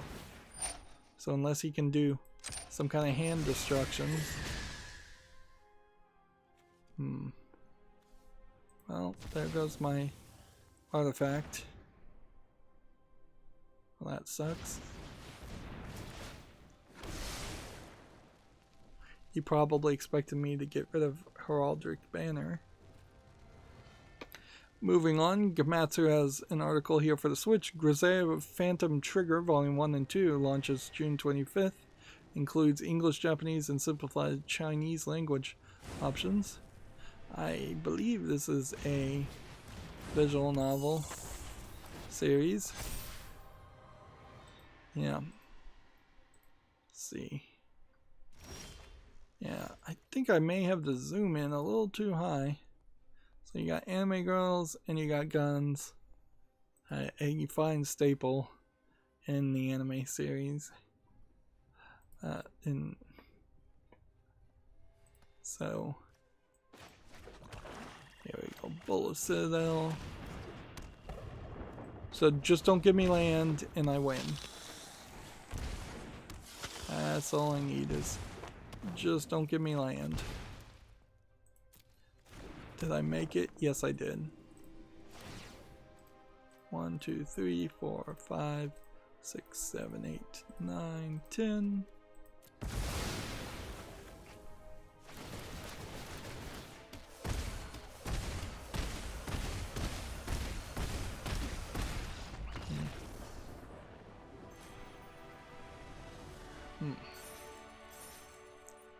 There we go. We're having a nice Wednesday here. Whereas if I was doing a draft, I feel like there was a chance I might not be having a nice time. But we really are getting just small bits of experience since we've already gotten the big bits of experience done. And you can see we're not making great progress as far as getting up levels. We need to get 9 more levels. Here's Grisaia Phantom Trigger Volume 1 on Steam.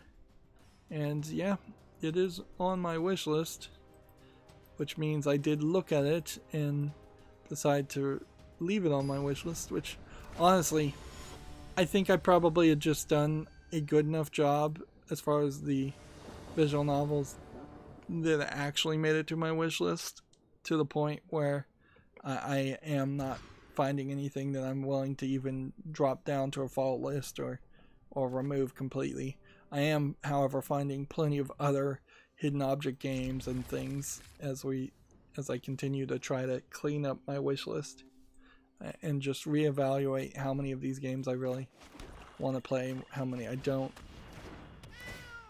And certainly at some point, if I just got overly ambitious and completely either purchased or removed everything I didn't want to purchase from my wish list, I could then just go through a desperate search pattern and find a bunch of bottom of the barrel games to build up a wish list to.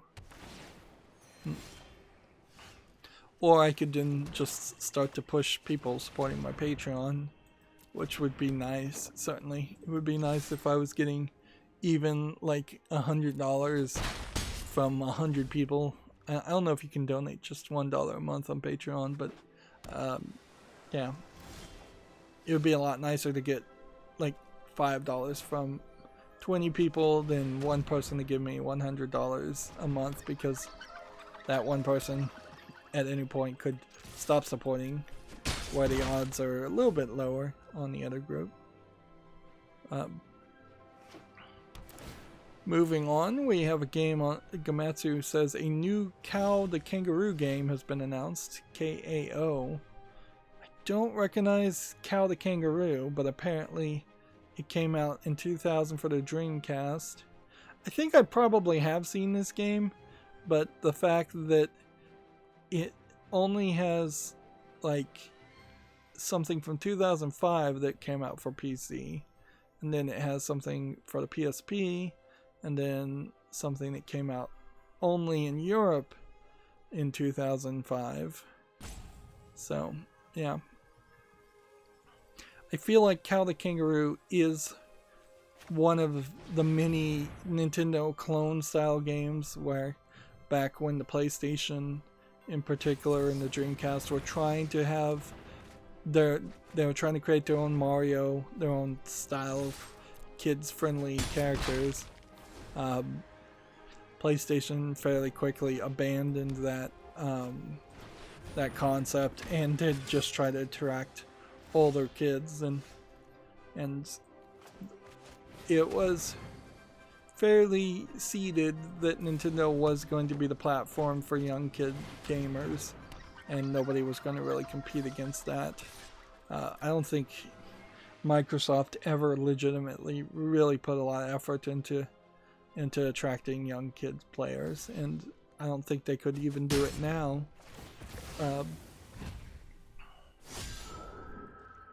So yeah,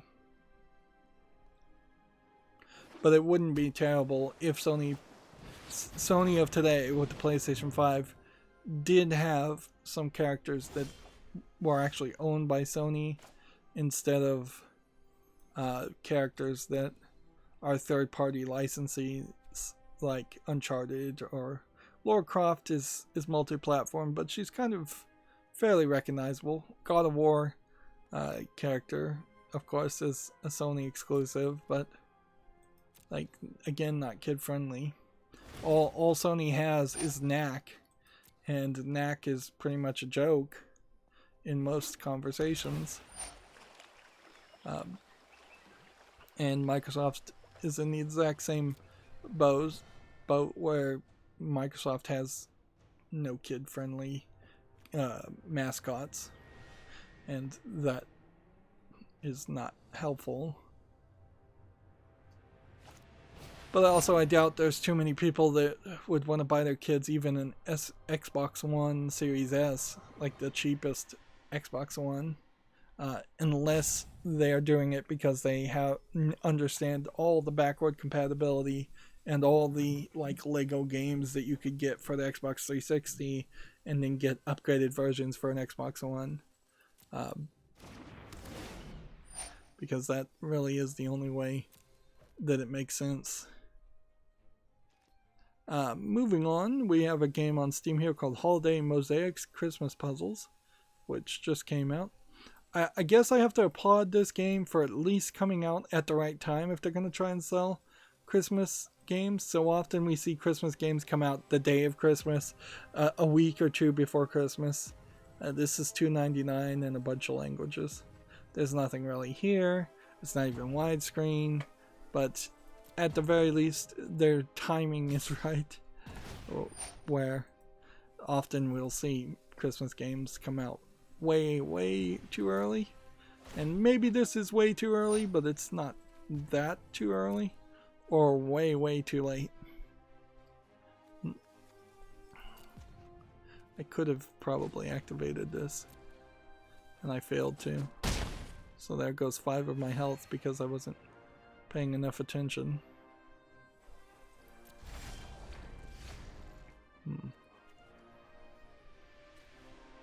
Let's see. I'm trying to just get Bowl of Citadel, and losing 5 health. It's not the way to do that.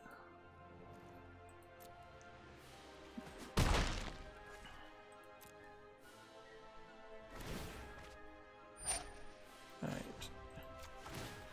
This is what I needed to do.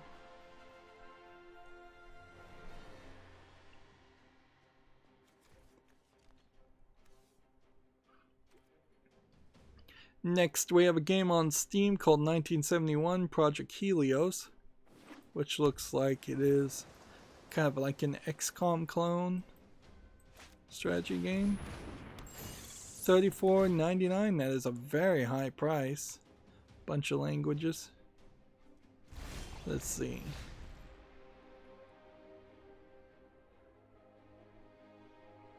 One negative review. I'm gonna put this on the follow list, but that price is way too high. Yeah. In fact, it doesn't even deserve to be on the follow list. We can just say you've priced yourself out of even being considered at that price, because that is just insane. Like, there's no justification for that. Alright, do I want to tap this guy and then do 3 more damage? Or do we want to just end the turn?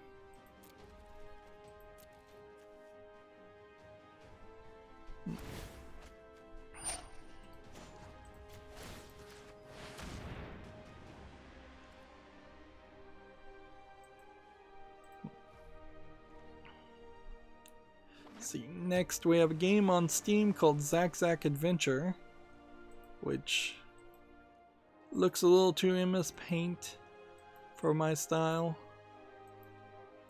Looks like it's an adventure platformer. I'm not seeing a lot of enemies. I'm not seeing a lot of platforms in general. $13.99 English, Spain, Spanish, and a third-party EULA. That is asking a lot.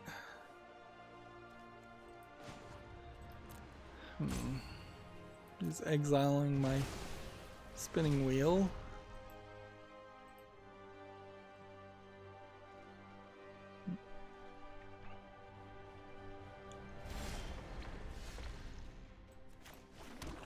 And this is just gonna stay where it is. If he manages to exile this one, I'm gonna be in trouble. But I really just need to wait till both Citadel gets drawn. Which is the problem with this deck, certainly, is that its one successful move is to just constantly wait till Bola Citadel gets drawn. And if I don't have anything with cycling that would let me increase my odds of getting Bola Citadel. I don't have anything that pulls Bola Citadel out. But,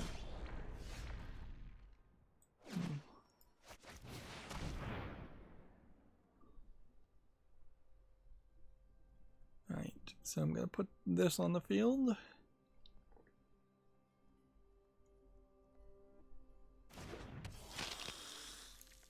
And then let's see, can we still tap a creature? Yes, we can.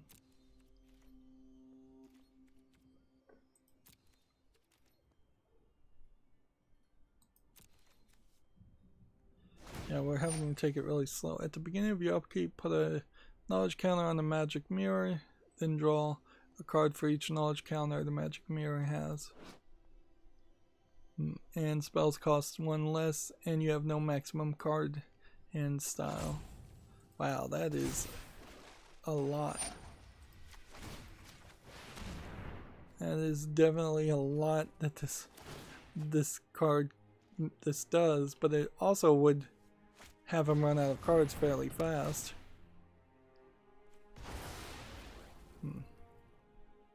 Alright, he's just wrecked me on that one.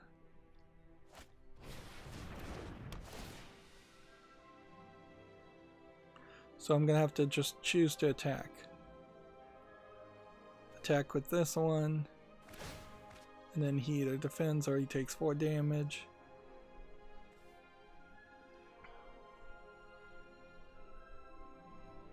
Mm-mm.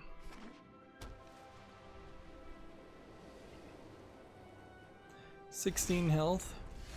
Still waiting for Bola Citadel.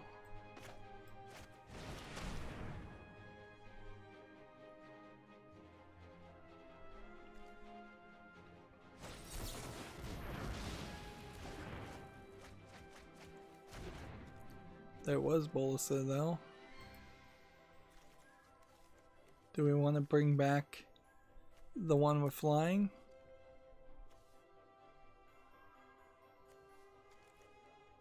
Let's see what happens when we attack here.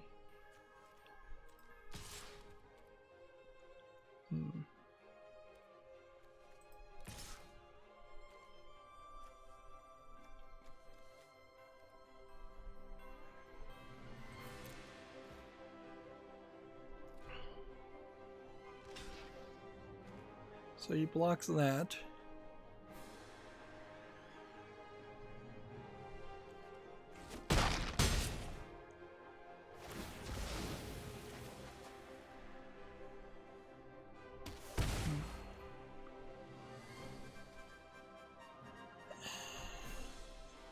And we'll just end the turn. We should be fine.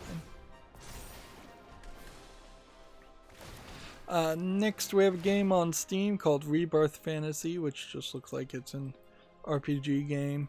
It doesn't look particularly interesting at all. It's already mixed reviews. It's free to play.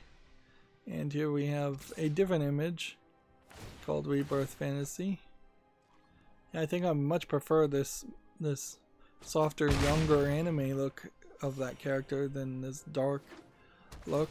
It's English only, but requires a third-party account, which is questionable. Alright, so he found another way to make it so I don't untap. And then he's scrying some cards to draw cards. He's still got like 30 cards. So is he beefing up this character so that he can win in one attack? That might be what he's trying to do.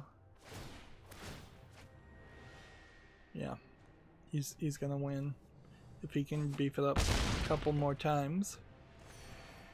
Whereas I am now doomed if I don't have the ability to kill both of these, which I don't. Alright, so put this on the field. That's as useless as anything else.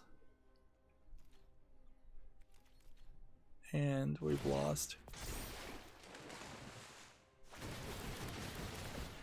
And no, he isn't going to run out of cards. And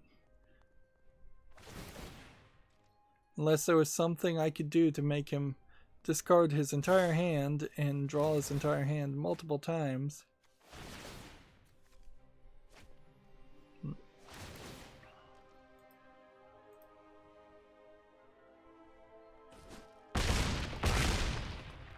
See, next we have a game on Steam here called Team Jumpers, which just looks like a low-effort clone of some other co-op platforming games I've seen for 99 cents, English only. Nothing there. I will say that at least the developer does have the pride in his own work to put his name on the game. So I'll applaud that, if nothing else. Twitch support put out a statement. This has been mentioned, that DMCA takedown requests, I think mostly for people playing copyrighted music in the background, have been coming fast and furious. Particularly also, people have been allowed to make clips of your videos, and then you're still responsible for those clips, even though the clips seemingly are just segments of your own content. So yeah, Twitch just never had a good system here. They never cared. The fact that Twitch is even honoring these DMCA takedown requests is kind of shocking. But people are not happy. The party is over as far as it was. And as a YouTuber who's had to deal with Content ID copyright quite a bit, copyright claims, mostly illegitimate copyright claims that don't consider fair use. See, there is some lack of compassion that I definitely have. There's also a difference here. This applies even if you're playing it in the background or for a few seconds. It's entirely within the rights holder's discretion if and when to use takedown notifications. Recent law rulings have said no. 5 seconds is not enough. And that is why YouTube has said we are going to not consider claims for 5 seconds of music. The exact example was 5 seconds of a song is not enough to be a substantial part of the music. Now, in all fairness, a lot of people are doing the entirety of the work, and if the entire work is 5 seconds long, then I think 5 seconds at that point does probably then again fall into a harder to prove fair use claim. Fair use needs to be an affirmative defense instead of a reactionary defense, and it just is not applied that way and not written into law in the United States that way. So yeah, but it's one more nail in the coffin for all the naysayers of Twitch will say, and all the people who are supporting Twitch, of which maybe there's not too many of them left, are just going to say, yeah, people will get over it and figure it out. But Twitch really has done absolutely nothing to avoid this situation, improve on this situation, warn people, set up any information. There's a lot of things here.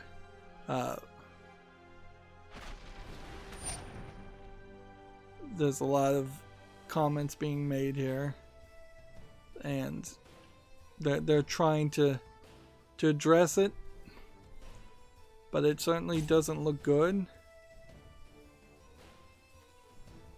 Yeah, it definitely doesn't look good from Twitch's perspective, and Twitch support's Twitter feed is basically just a long list of things that don't look good because they are constantly having to admit that their servers went down. They're constantly having to address problems, and they don't ever have anything new to announce. No new property programs or abilities, or very rarely do they have anything new to announce that would be positive. So Twitch support is like a lot of support Twitter feeds, always negative and never positive, and that's not ideally what you'd want, but it also does stop a small percentage of people directly quote tweeting or replying to Twitch in general, although I imagine most people are still going to reply to Twitch in general. I messed up there. I should have sacrificed that guy. Alright, let's see if we can pull this off. The answer is almost certainly no.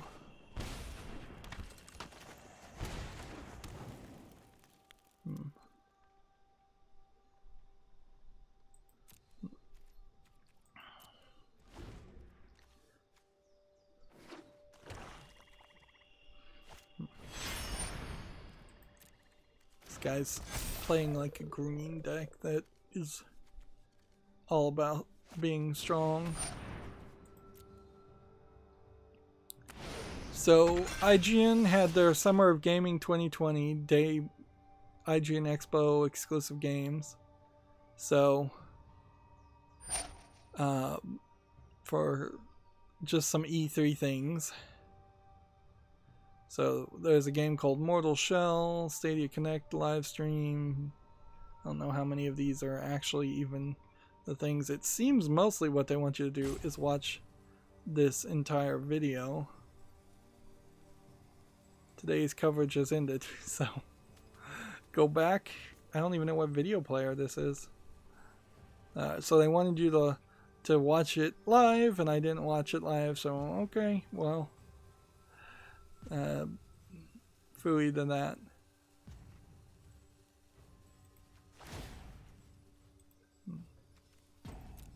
Let's just resolve that.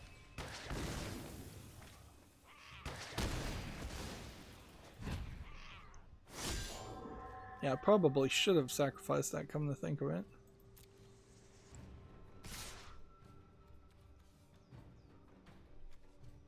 Well, I've lost. Let's just pass.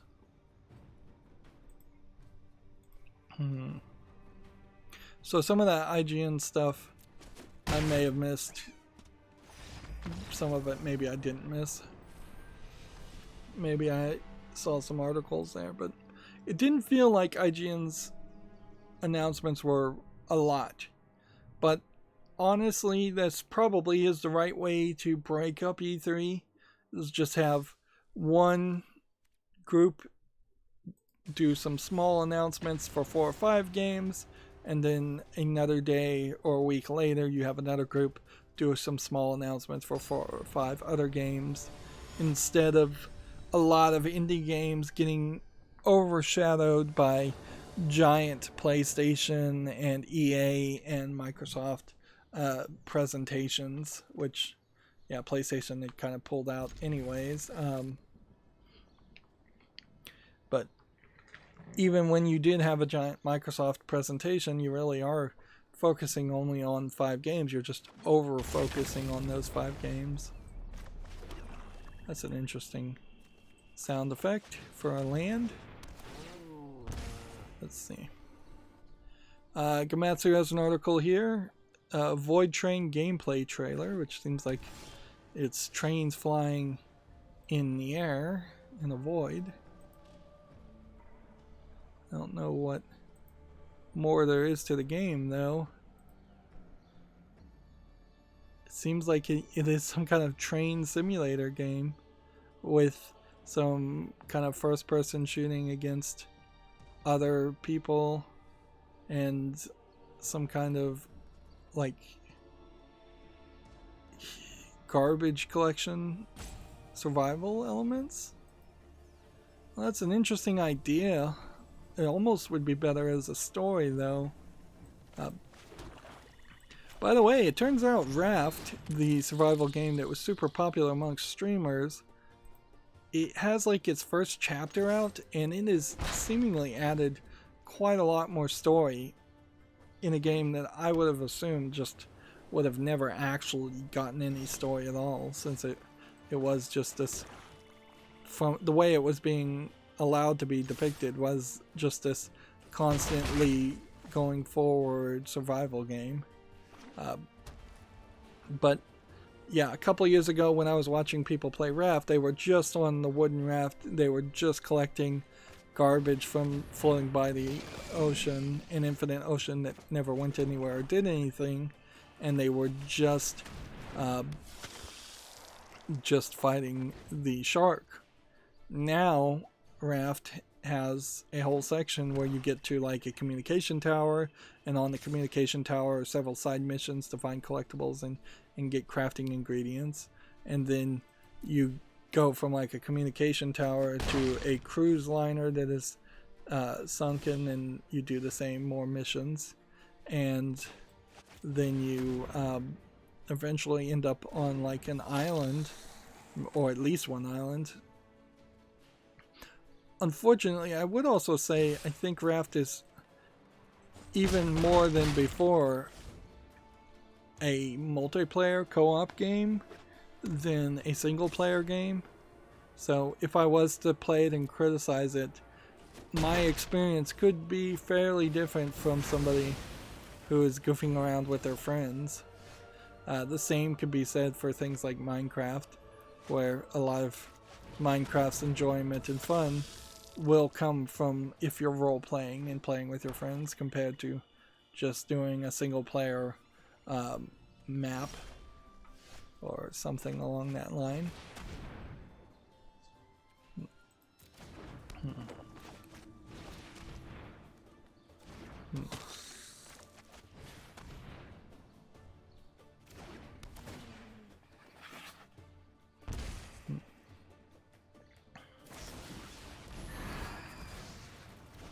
See, moving on, Gamatsu has an article here for the PC, PS4, Xbox One. Mortal Shell PC closed beta test set for July 3rd to 10th.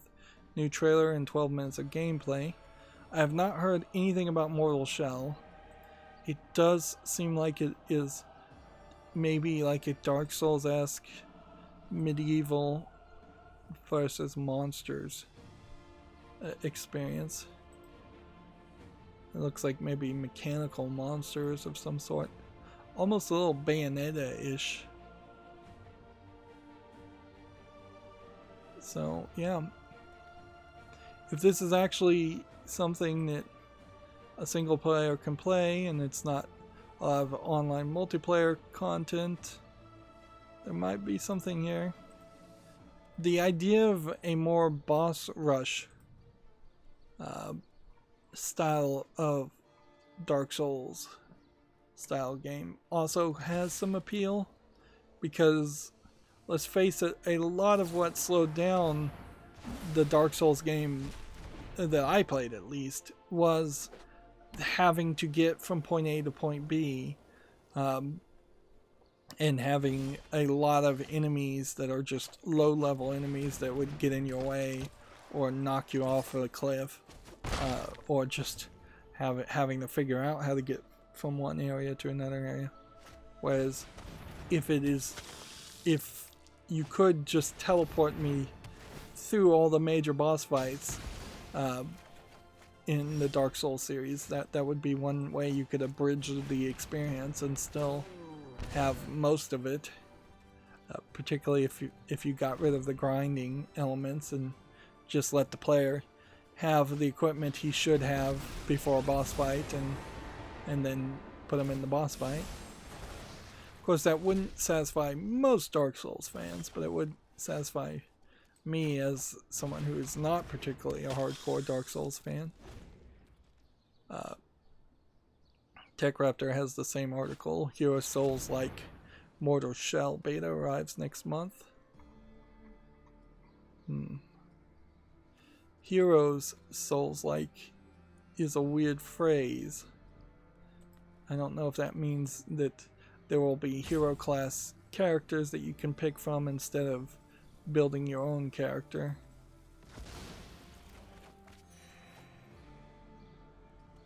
Which, that could be a little annoying. But by far, it seems like the biggest news that came out of that presentation was that Alex Kidd in Miracle World DX has been announced for the PS4, Xbox One, Switch, and PC, due out in Q1 of 2021. Who is Alex Kidd? Kinda don't know. I recognize the name. He, I think, is pretty much just a platformer character that, sure, if you want to, I think maybe it's Sega originally, is when it came out for, Game Gear. This doesn't look terrible, and particularly we do need more kid-friendly games. But I don't know how many people really would end up playing Alex Kidd. And it seems like maybe this is just a remake of an already existing Alex Kidd game compared to a continuation. And I feel like you probably should ask yourself whether or not Shantae is a better style of those kinds of games to actually have.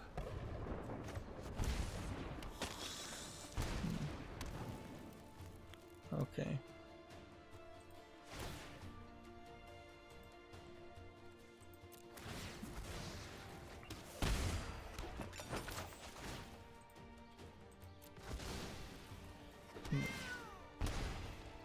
Yeah, I think we've got it. So one can defend one way or another. It doesn't matter.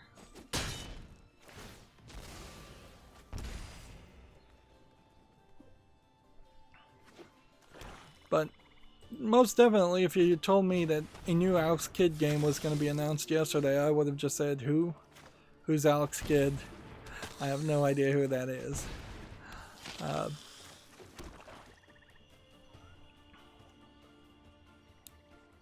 Okay.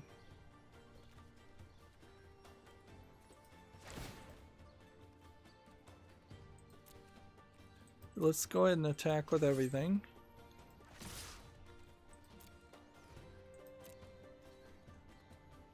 And we'll see what he wants to do. And then we figured that would happen, so we'll sacrifice that.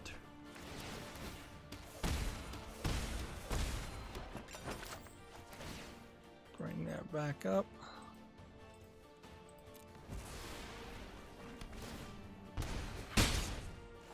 Now he's down to 2, down to 5. Yeah, even if I am not going to be able to activate Bullet Citadel, which still a decent chance I will be able to because I have another Bullet Citadel. I could just attack with everything.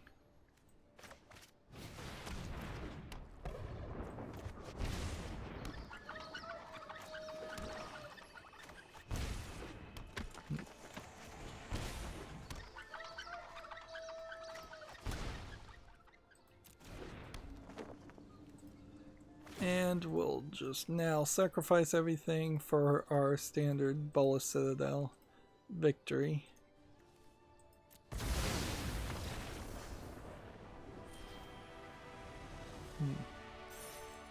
And he conceded before it actually activated everything.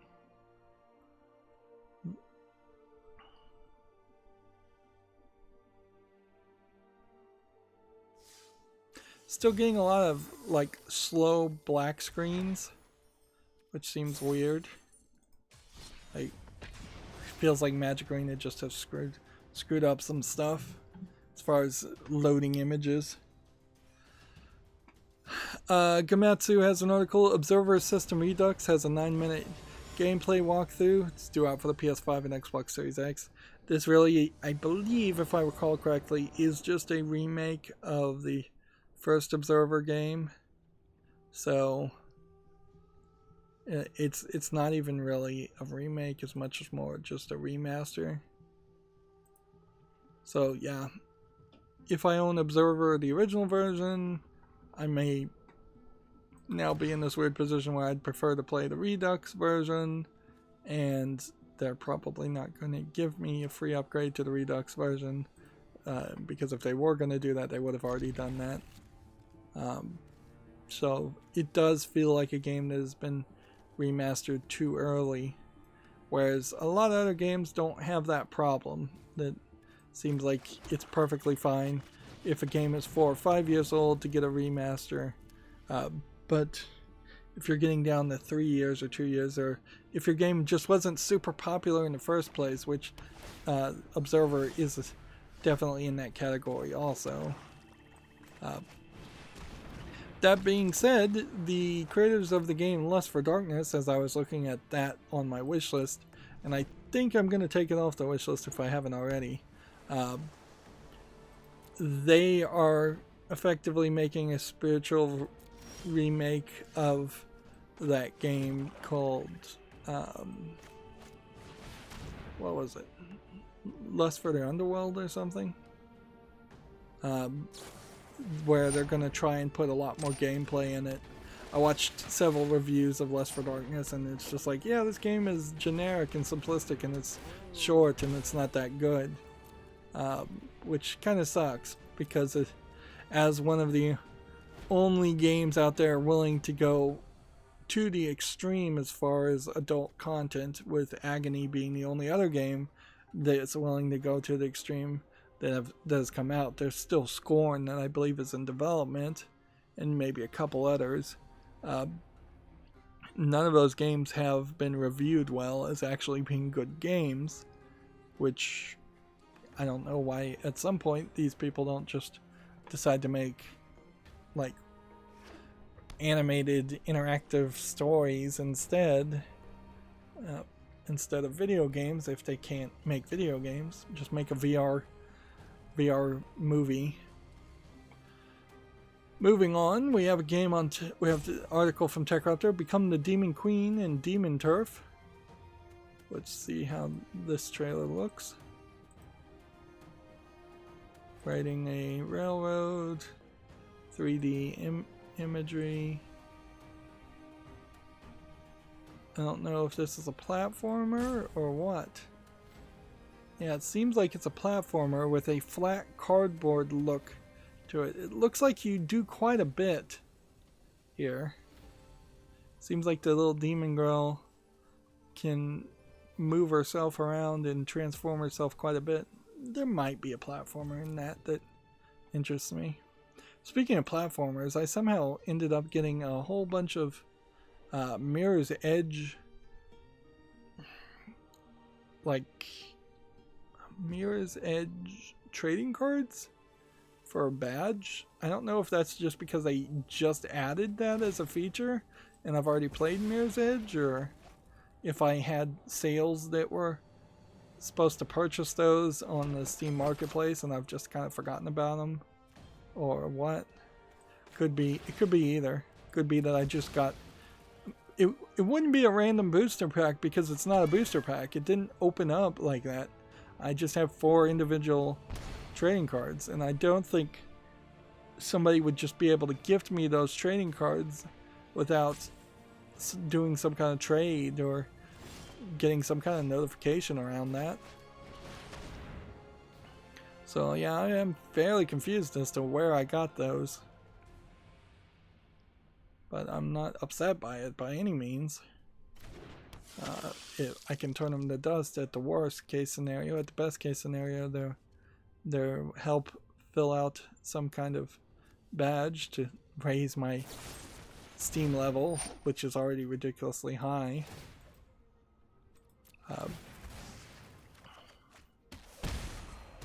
And the whole system is silly and pointless. Let's see. Next, we have a game on Steam called Dawn of Fear, which is tagged as an inventory management game amongst other things. It feels like this is somebody's attempt to actually make a Resident Evil 1 kind of clone game. $24.49. I'm going to put it on the following list: English, Spain, Spanish. Yeah, there might be something to it. We'll see. Yeah. I also just watched a reviewer review a bunch of the Resident Evil games. And yeah, I'm wondering if I was to go back and try to play Resident Evil 4, whether I would actually be able to get the game to play all the way through. I'm in a weird position where I'm not sure I didn't actually succeed at some point in playing all of Resident Evil 4 from the beginning to the end. And I could do a relatively quick search on my own YouTube page to find out if that's the case, but I think I only spotlighted it a couple of times, and then I got it to a point, at one point, where it looked like it wasn't going to stammer and stagger and drop frame and have incorrect frame pacing. But I don't think I got to the point where I played the entirety of the game. If I did, I probably rushed through it. And certainly I would be more than willing to go back and play it again. I probably need to play the original Resident Evil games, though. I need to learn, since I haven't really played any of those in any fashion, I need to learn about them and experience them and know what that first generation of Resident Evil games was all about, knowing that they are very different types of games compared to Resident Evil 4, 5, and 6, and 7 is kind of gets back to what a third generation of Resident Evil games are going to be, and then the remasters are kind of that third generation again. Here's some gameplay footage of Demon Turf from Gematsu. It doesn't look terrible. The camera might be a little awkward, but it does look like you do some fighting, maybe some racing, and a lot of platforming. And it does seem like it has a nice art style to it that is kind of unique and different.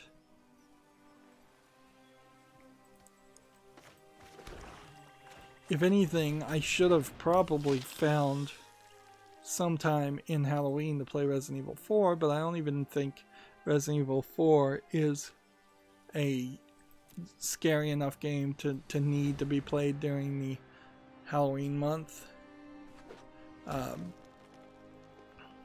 Speaking of scary games, the person who worked on Dead Space is teasing. He was like the writer on Dead Space. He's teasing that he wrote on a new game for the past 2 years that will supposedly soon be announced, but it's not going to be Dead Space 4, we know that, or a remake or reboot of Dead Space, although that would be amazing if they did reboot Dead Space and said, hey, we're gonna go back to square one. The whole COVID-19 situation would play a little bit differently now in Dead Space, where you had the Unitarians intentionally or unintentionally embracing the signal that turned them into necromorphs. So it might be a little bit more politically charged a story than you would think. But I don't think anybody can legitimately make an argument if you're just telling the exact same story that was told years ago. And it hardly is the first time that some religious group somewhere has refused to do something that science told them was medically healthy. Like Jehovah's Witnesses, even now, and pretty much always, have always refused most medical treatment.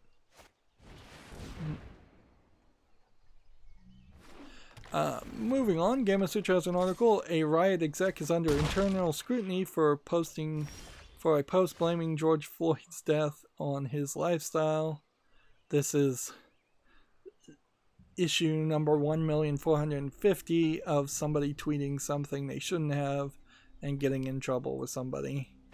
And yeah, these famous people, anybody that works for a big company, anyone that even works for a small company, like, honestly, if I just ran a gas station, I would tell my employees, you need to private all media things, all Twitter feeds, all Facebook things, any kind of Discord chats, anything like that. Any conversations you have that come back and cause controversy or conflict or trouble for this business, and you're going to be immediately fired. No questions asked. Doesn't matter if it's your fault or not. And depending on what state I'm running that business, that would be allowed. Some states that wouldn't be allowed. If it's a right to work state, which means really the employer has the right to fire you at any point with no explanation,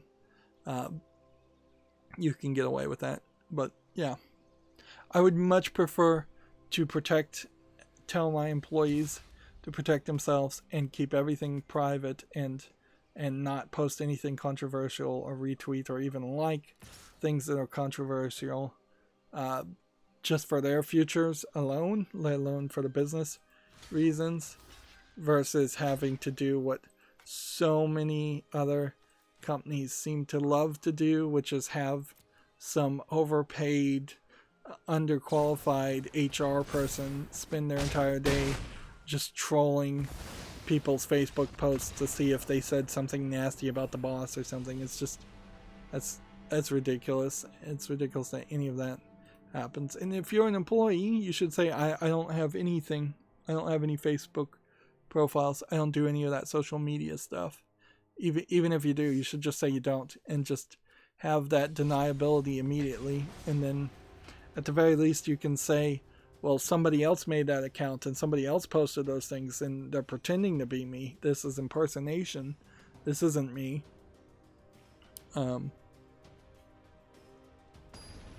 But that would be my recommendation to anybody working at a job, and jobs should just quit it.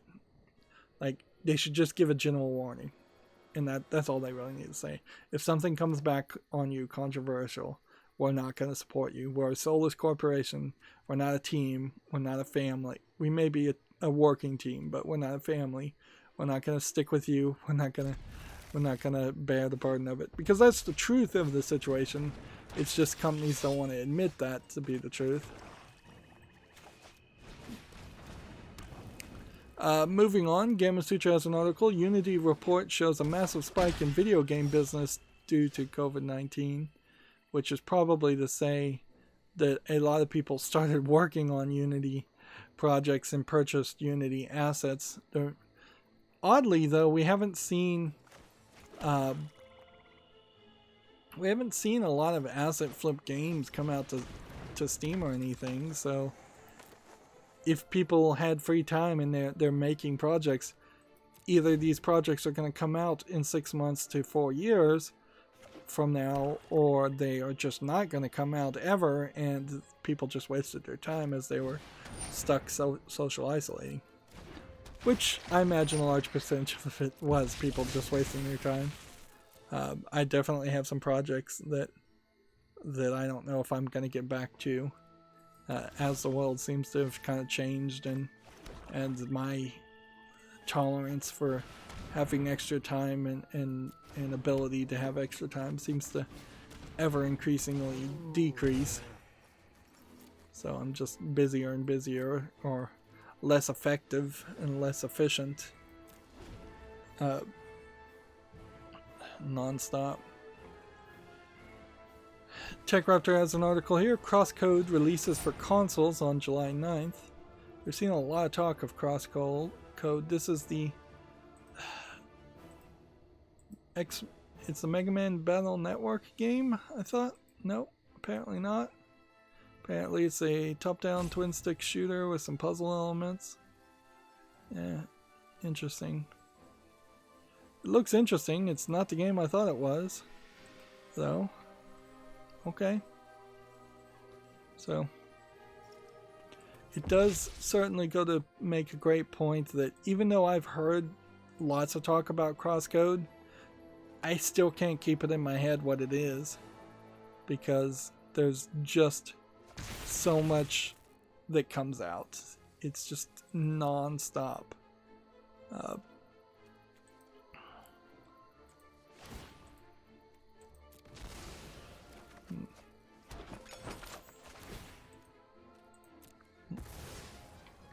And then you run into the problem of the vast majority of those games that come out still not being good.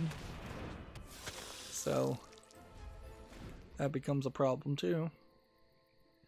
TechRaptor has an article here. Metal Hellsinger brings demon slaying metal to first person shooting fans. Okay, this looks kind of like an attempt at something like Doom. Although they say it's Doom, Bullet Storm, and Heavy Metal Rhythm. I can't hear the audio on these. I should probably spend some time. Yeah, if I ever have some extra time, I probably should spend some time to unmute the audio so that I could hear it play. But the vast majority of the time, I don't care. Like, if this has an awesome heavy metal riff, that's fine. Metal Hellsinger looks fine as a game and an interesting idea as a game. Although I'm not sure what I particularly felt was missing from the Doom 2016 reboot. So I'm not sure if Metal Hellsinger is giving me more of what I liked or what I didn't like. I think I am just kind of always in this weird position where I liked Doom for the first 5 to 20 minutes that I played it, and for the first shareware episode. But at no point did I really ever try to get all the way to the end, and at no point did I try to get good with that system and beat the entire game on nightmare difficulty. I liked finding the secrets, but in the original Doom game, there was too many of them, and I think even in the 2016 reboot, there was too much of them. I'd say the story is even a little bit weak in the Doom 2016 story, and I think that is intentional, and I, as a fan of story in video games, I probably suffer a bit from that being an issue too.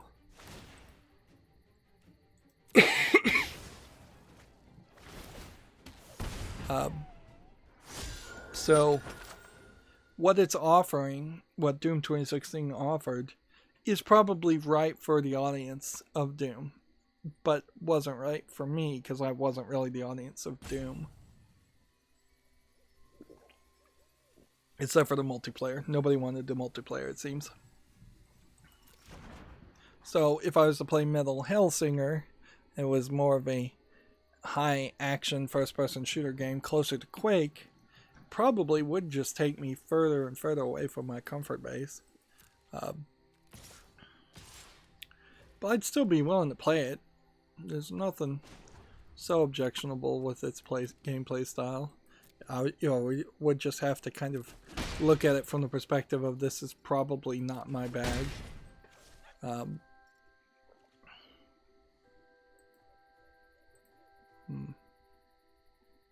Can we activate this and eat this? Do we need to activate and eat this?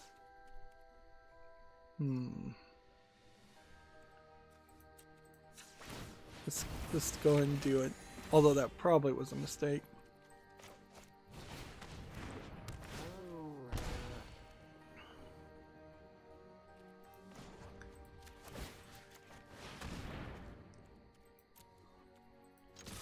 There we go, we can just attack with everything.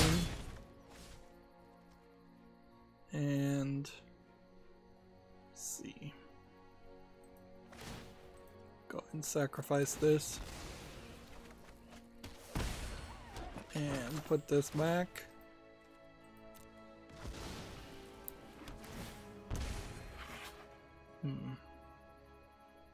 The Australian Classification Board has a listing for Nintendo Kart Racers 2 Grand Prix, which seems to have been approved for rated G, and it doesn't seem to say what platforms it does.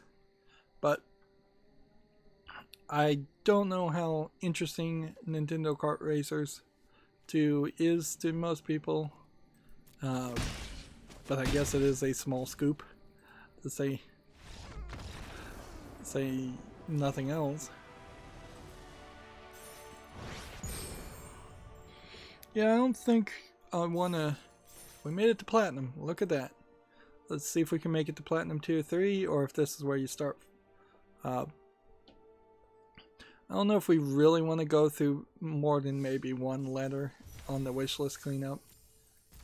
It's been fairly long and taken a long time to get that daily quest done. And we have 9 wins, which means we've been doing really well, but not amazingly. We never do as well as I'd like to. I'd like to be able to be done in 2.5 hours every time I stream, but it doesn't seem like it happens. Moving on, Gamasutra has an article here. Ahead of the PS5 showcase, Microsoft has confirmed Hellblade 2 will run on Unreal 5. Good for that. I know the Unreal YouTube channel put out a sizzle reel showing several of the things that run on Unreal Engine, and I assume a lot of those are Unreal Engine version 5. Inside that sizzle reel, they did include footage from their demo, which they put a different name on it, it looked like, so I don't know if some of that footage from that demo is actually going to show up in some kind of game, or if they just renamed the demo or put a name on the demo. I don't recall it actually having a name. TechRaptor has the same article. IGN Summer of Gaming unveils Alex Kidd in Miracle World DX. So apparently this came out in '86 originally, was the first Alex Kidd's. It's a HD remake of the first game. Okay. It's not super interesting, but on the other hand, if Nintendo came out and said that they were going to make an HD remake of Super Mario Bros. 1, and it was going to be a directly faithful remake of the entirety of that game without really adding too much or changing anything, that would be slightly different than what they did with Super Mario Bros. World or Super Mario Bros. Land for the Wii U. Although I don't know if that really is the right direction for Nintendo or Alex Kidd. It probably was smarter for Nintendo to just constantly say, hey, we'll make something that looks and feels somewhat like those old games, but we actually have done the play testing, and we actually know that people would not enjoy playing Super Mario Bros. 1. And the fandom that would enjoy playing that, we can just sell the original Super Mario Bros. 1 to them again, or we could let them play it on an emulator and turn a blind eye to that. Which that was also a thought with Resident Evil 4, is that maybe the best way to play Resident Evil 4 on Windows 10 right now would be to just pull out the GameCube version ROM and emulate it instead of playing the PC HD remake version. Well, this guy, he is boned. I don't think he can do anything. 3-27. Now, we were on a win streak, so do we get 2 pips? Doesn't seem like it. So we'll have to See if we can maintain a win streak to get multiple pips, or if at platinum tier you're just only always going to get 1 pip. Moving on, TechCraft has an article here. Werewolf the Apocalypse Earthbound is an Epic exclusive on PC. I haven't heard too much of this game. I don't know if I've heard about this game at all. A game where you play as a werewolf. In an apocalypse universe. There might be something around that idea. But I don't know. And it being an Epic Game exclusive really just means that I won't even bother to think about playing the game until it's no longer an Epic Game exclusive, and probably 6 months after that point, just for good measure, to be outside the re-release window of the point when it comes to Steam.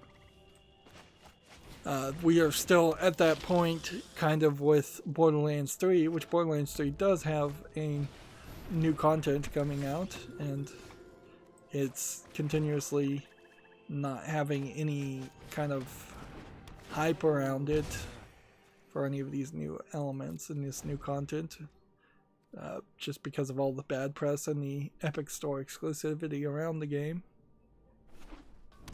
They almost certainly lost millions in sales due to just Randy Pitchford in general. Moving on, Gamatsu has an article. Chivalry 2 adds PS5, Xbox Series X, PS4, and Xbox One versions. Supports cross-play across all platforms. Not sure I really want to play any of these chivalry-style games where you're medieval characters playing around it. Like, the general idea makes sense and looks interesting, but the actual gameplay mechanic of sword swinging in what looks like is mostly a multiplayer game anyways, and an MMO anyways, that just doesn't appeal to me.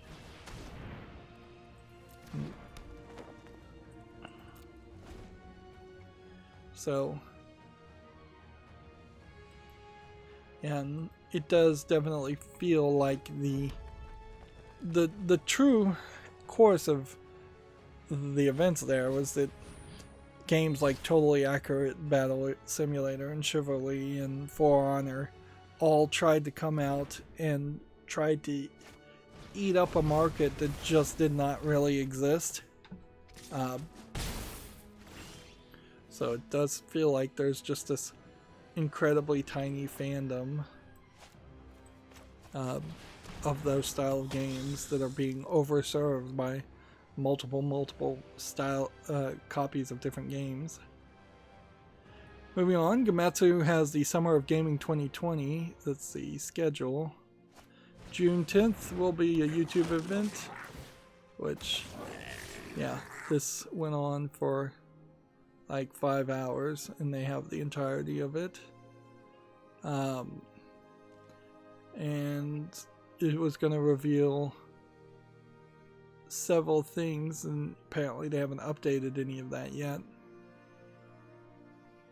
And then June 11th is going to reveal some more stuff. And Samurai Jack game is the only one I even recognized. And June 12th is going to reveal some more stuff. I know 13 Sentinels Aegis Rim is more of a Japanese game, but the most of these seemed like they weren't Japanese or what games, so maybe they're putting the Japanese games on the third day.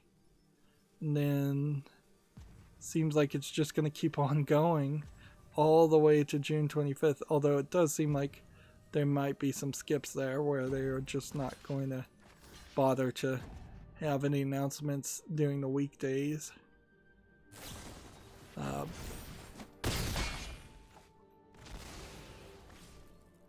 So it's an interesting idea to have this just long-running series of announcements to try to just have as much hype as possible. But it's all going to be happening in the middle of the summer when the Steam Summer Game Sale happens, so it's going to be questionable whether these announcements for new games that are coming out lead to people going to Steam and wishlisting those games or following those games, or whether people are going to be distracted watching the IGN Summer of Gaming versus shopping for Steam, or maybe people won't be shopping for Steam too much at all. I wouldn't be surprised if that's actually a big possibility.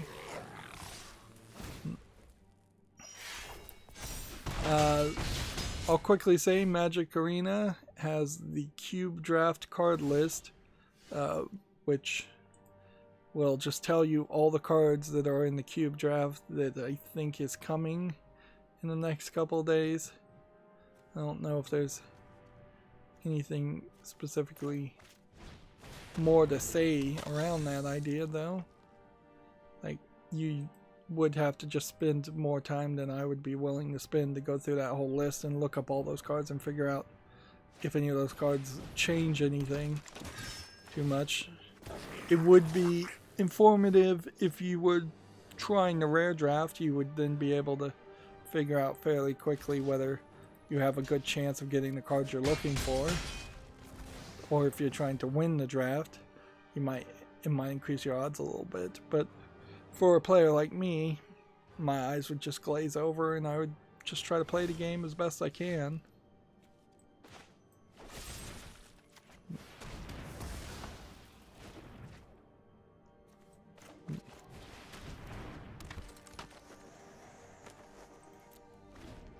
Let's see. Next we have a game on Steam called Drekoroker.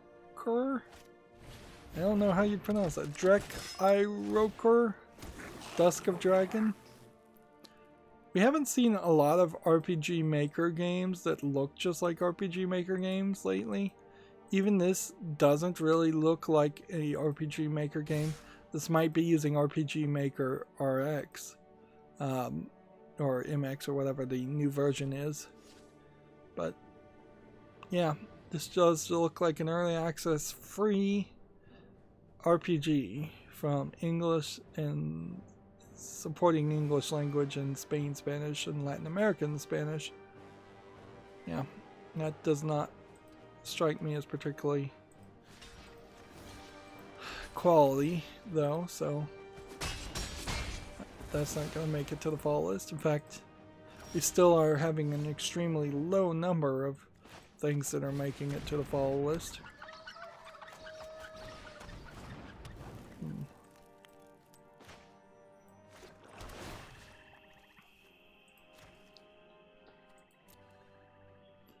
That was probably a mistake, but we'll see.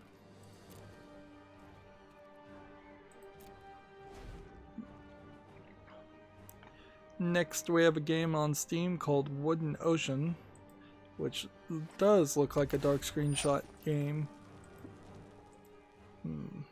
Yeah, nothing I'm seeing here looks interesting.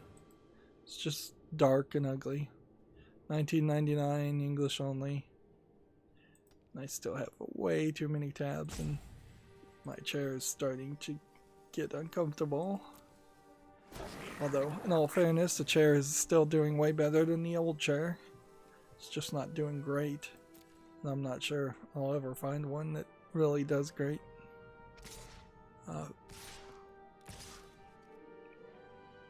See, next we have a game called Frag, which apparently is a turn-based tactics game, but by the looks of it, to me it feels like it's super busy, which we typically see in like Chinese games. Early access, $5.99, English only. Yeah, well, apparently it's an English super busy, overly complicated game. Again, nothing there interesting me.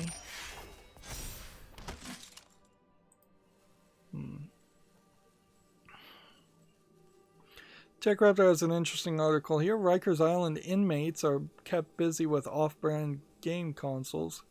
These are these cheap Chinese Game Boy clones that are Famiclones that have like 901 games. Apparently that's compensation for no visitation during the coronavirus. I'm sure somebody got those real cheap and they wanted to keep the guys busy. And frankly, it's probably better than anything else they were going to offer them, so I imagine the inmates are going to make the best do with that. I don't think Rikers Islands is particularly full of the...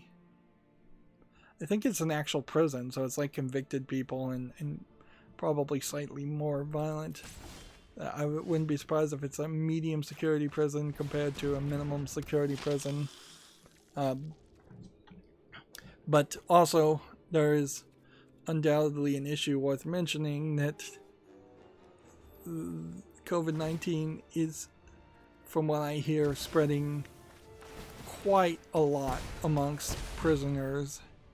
And the prisons, of course, don't have the resources and the ability to protect the prisoners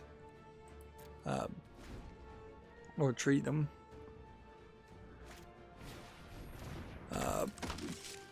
Moving on, TechCrafter has an article. Call of Duty Black Ops 2020 rumors are intensifying. Okay. Like, I don't know how many people are going to be hyped about that. I don't know how many people are still interested in Call of Duty as a series.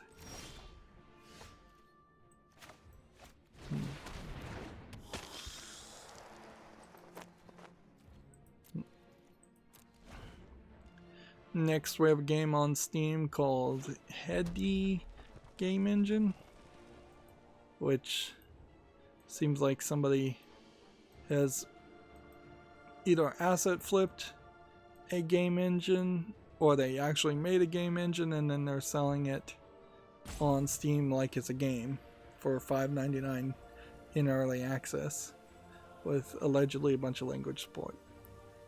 There's nothing here that looks worthwhile.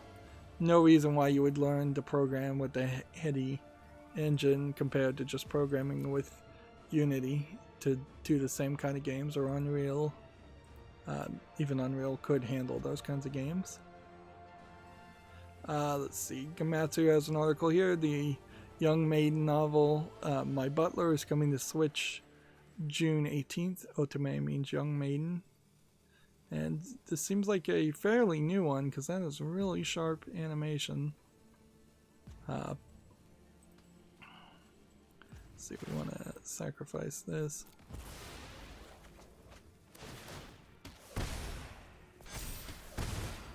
And then put this back on the field.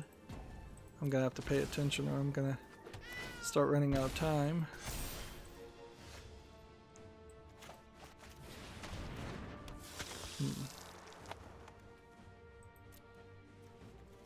Let's go ahead and attack with this.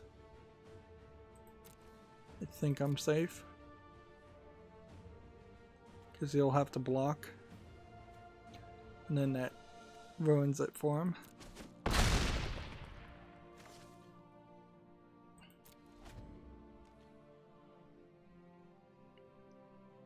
Like, honestly, if he attacks with everything, I could probably block with these three and still win.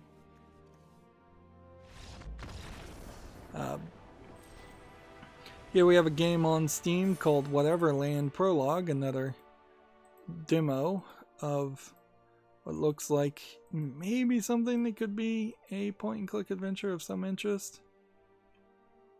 It's free to play, English full audio. But man, boy, am I not willing to... Apparently we won't be getting extra pips. I'm really not willing to play these demos, these prologues, as before covering a game. So if video games really did go down this route where every game has a prologue and you really need to play the prologue, I would be fairly upset with that move, because that would just add more work and more research needed before you can even play a game. Like every now and then I will play a game or purchase a game and realize, oh, actually this is the third in a series, and if I was going to be really good, I should play the game in the right order.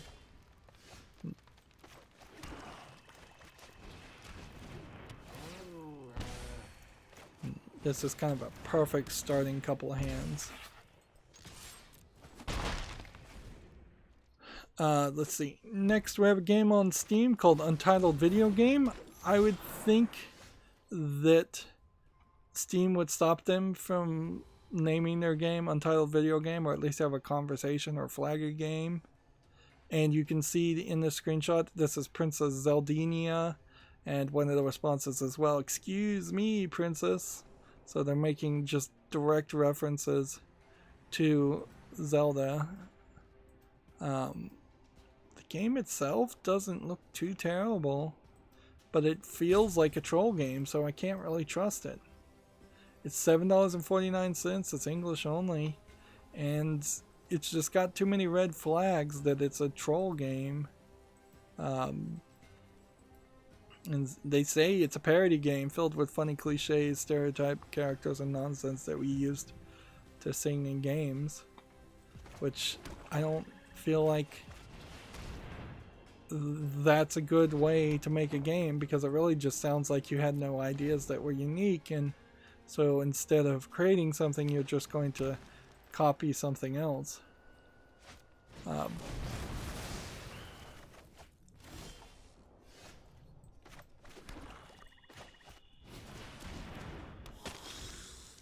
See, OpenCritic has this article. The writer of Dead Space is teasing a new game, but it's not a new Dead Space. This is Anthony Johnston. It'll be revealed at the PlayStation Future of Gaming event this week, he says. So, yeah, we'll have to see what he's got to say. What gets revealed. I wouldn't be surprised one bit if it's not even a horror game, so it's just he wrote some other game completely different.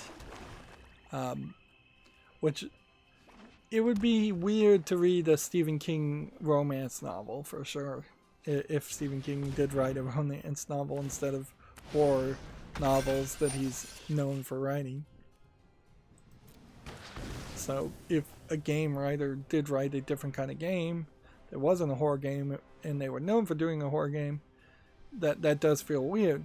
On the other hand, it feels like the director, creator of Resident Evil 4 pretty much was tired of making Resident Evil games, even when he made Resident Evil 4, and then that was good, but then he was kind of tired of making more games like Resident Evil 4 when he made The Evil Within and The Evil Within, and when he stepped down and wasn't really in charge of making The Evil Within 2.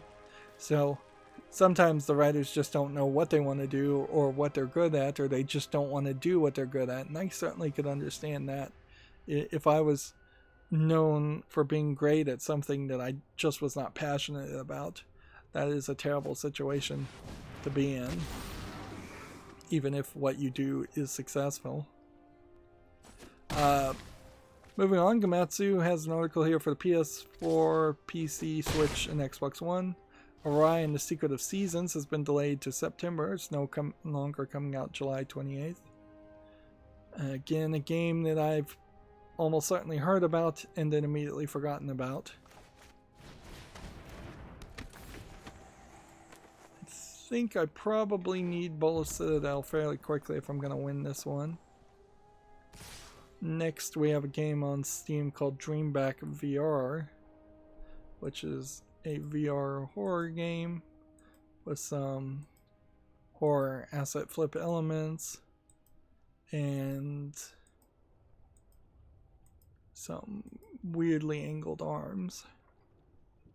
Requires VR. It's $22.49. They're saying it's like The Evil Within 2. Yeah. By the way, I did watch someone play Evil Within 2, and they played it on like Nightmare difficulty, and they found it was even easy at that point. And so I was at casual difficulty, and I just breezed through the game, and that was a major problem, definitely, with it. But even if I had had a little bit more challenge, I think the vast majority of my response to the Evil Within 2 would have been the same. That it would have just been kind of a generic action zombie game. I'm gonna put Dreamback VR on the fault list, and because it does look at least moderately visually polished.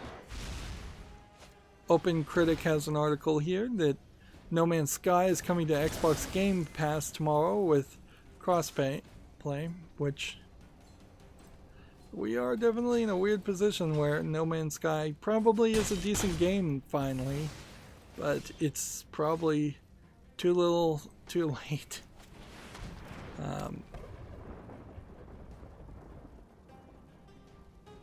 So I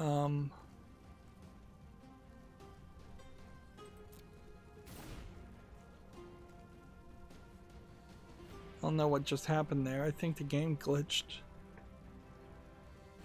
Because both Citadel seemed to be indicating that I could do something, and then it seemed like it stopped me from being able to do that.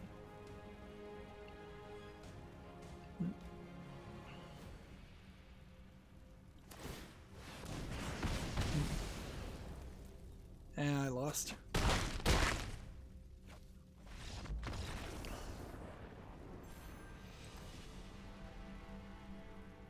There goes my pip. But we made it to Platinum Tier 4, and if we just consistently every month make it to Platinum Tier 4, that's not terrible. That is not terrible by any means. Gametsu has an article here. Working Zombies launches June 18th for the Switch. A busy working action game. I don't know what they mean by working action game, though.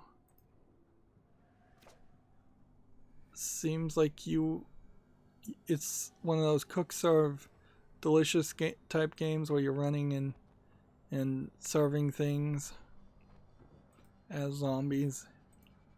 I don't know if the zombies really mean anything or change the story in any way. Yeah. Yeah, it looks like it's too much of a multiplayer game to really interest me, but it's a funny clone of the game Overcooked, which I think is basically the best comparison.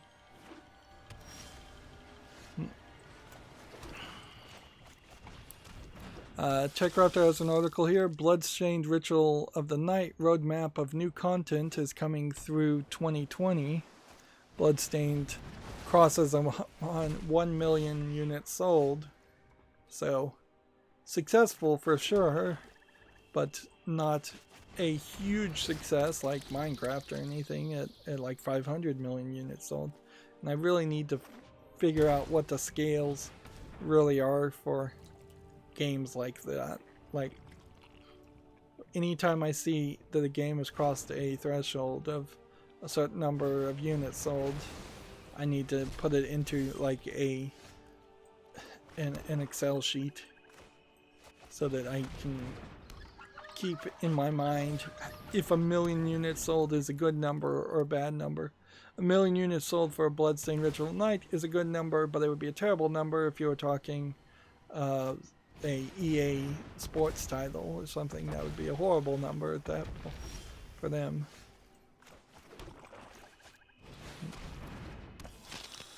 Moving on, TechRaptor has an article. Curious Expedition 2 prepares to take a journey this June, which I guess this might be a sequel to a game called Curious Expedition. I guess. I may have heard something about it. And they're just doing like a straight up Zoom call. Yeah, I don't recognize a game that looks anything like this. Might be an interesting kind of adventure game. I don't even know what you would really call it, whether it's an adventure game or whether it's a more RPG roguelike game. Might be more of a roguelike game.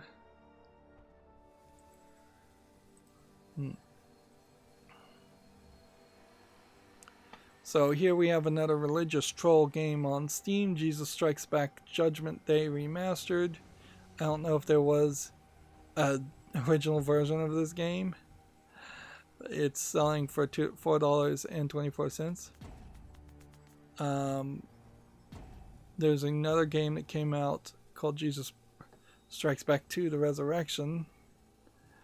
This is clearly a troll game. You can even see troll meme icons as far as the achievements, and it's allegedly got English full audio.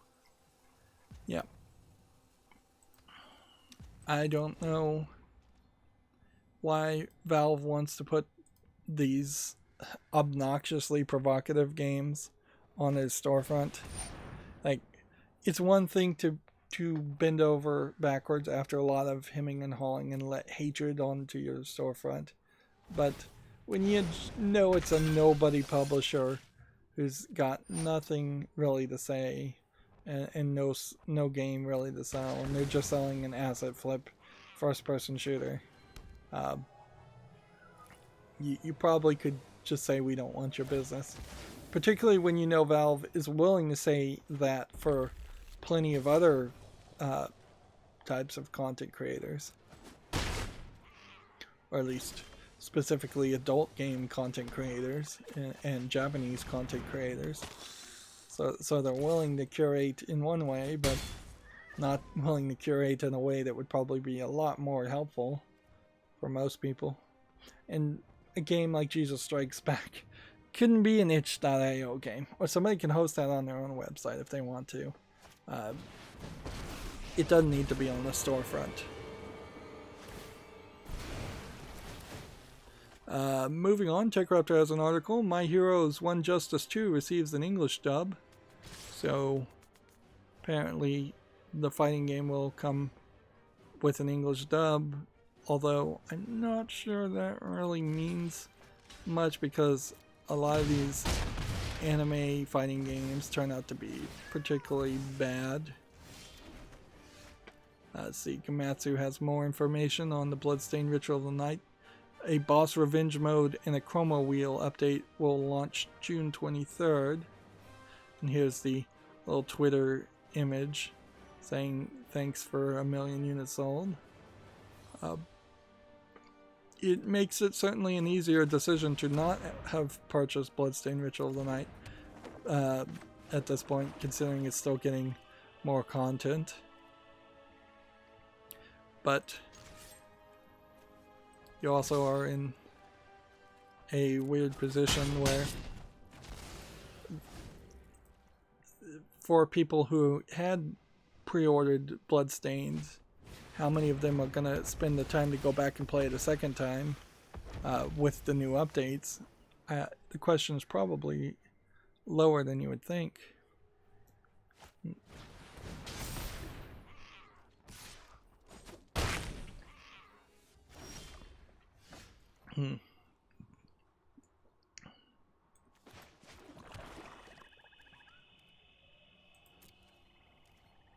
Well, it's indoor turn. I don't know if I can win here, but I can try. I can tap that. Here we have a game on Steam called The Pillar, which seems like it is a straight clone of The Witness, although different kinds of puzzles and probably smaller in scope. Escape room game leading to a mysterious to Mystery Island. Okay, I'll put this on the follow list. I like The Witness. This is $13.49, which is cheaper than The Witness. Apparently it has full audio for all of the languages, which probably means nobody talks in the entire game, which I would believe. It does seem like there's quite a lot of stuff here. Oddly, they're not even comparing it to The Witness. They're comparing it to a bunch of random other games. Let's see. So I'll put down the fall list. We'll see what the reviews have to say. And if it turns out to be a decent puzzle game, I love puzzle games, so I'll be more than willing to give it a chance.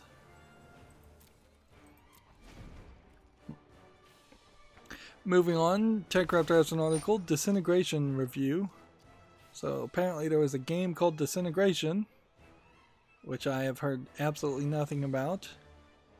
And it looks kind of like it's a first-person shooter strategy game, although it seems like it kind of changes the way it looks quite a bit. They give it an 8.0. They said, Disintegration's meaty shooter campaign invites players into a unique world that's well worth exploring, but quirks in its gameplay and storytelling hold it back from true greatness. Its pros are that it is a unique and fascinating sci-fi world. It has a challenging AI that's fun to fight and an enjoyable lengthy story campaign. Its con is that its lore often goes unexplained, its preset loadouts hurt replayability, and it has a ho-hum multiplayer suite, which wouldn't really affect me much. So apparently this is available on Steam or coming out on Steam. So I need to do some research and figure out if I can find it on Steam, since they didn't bother to put a link to it.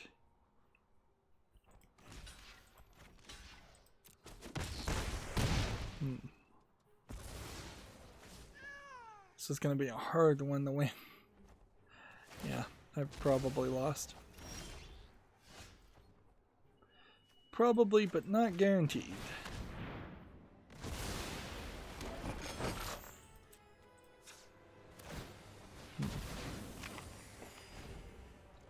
Let's see. Gamatsu has an article here for PC. Monster Crown launches via early access on July 31st.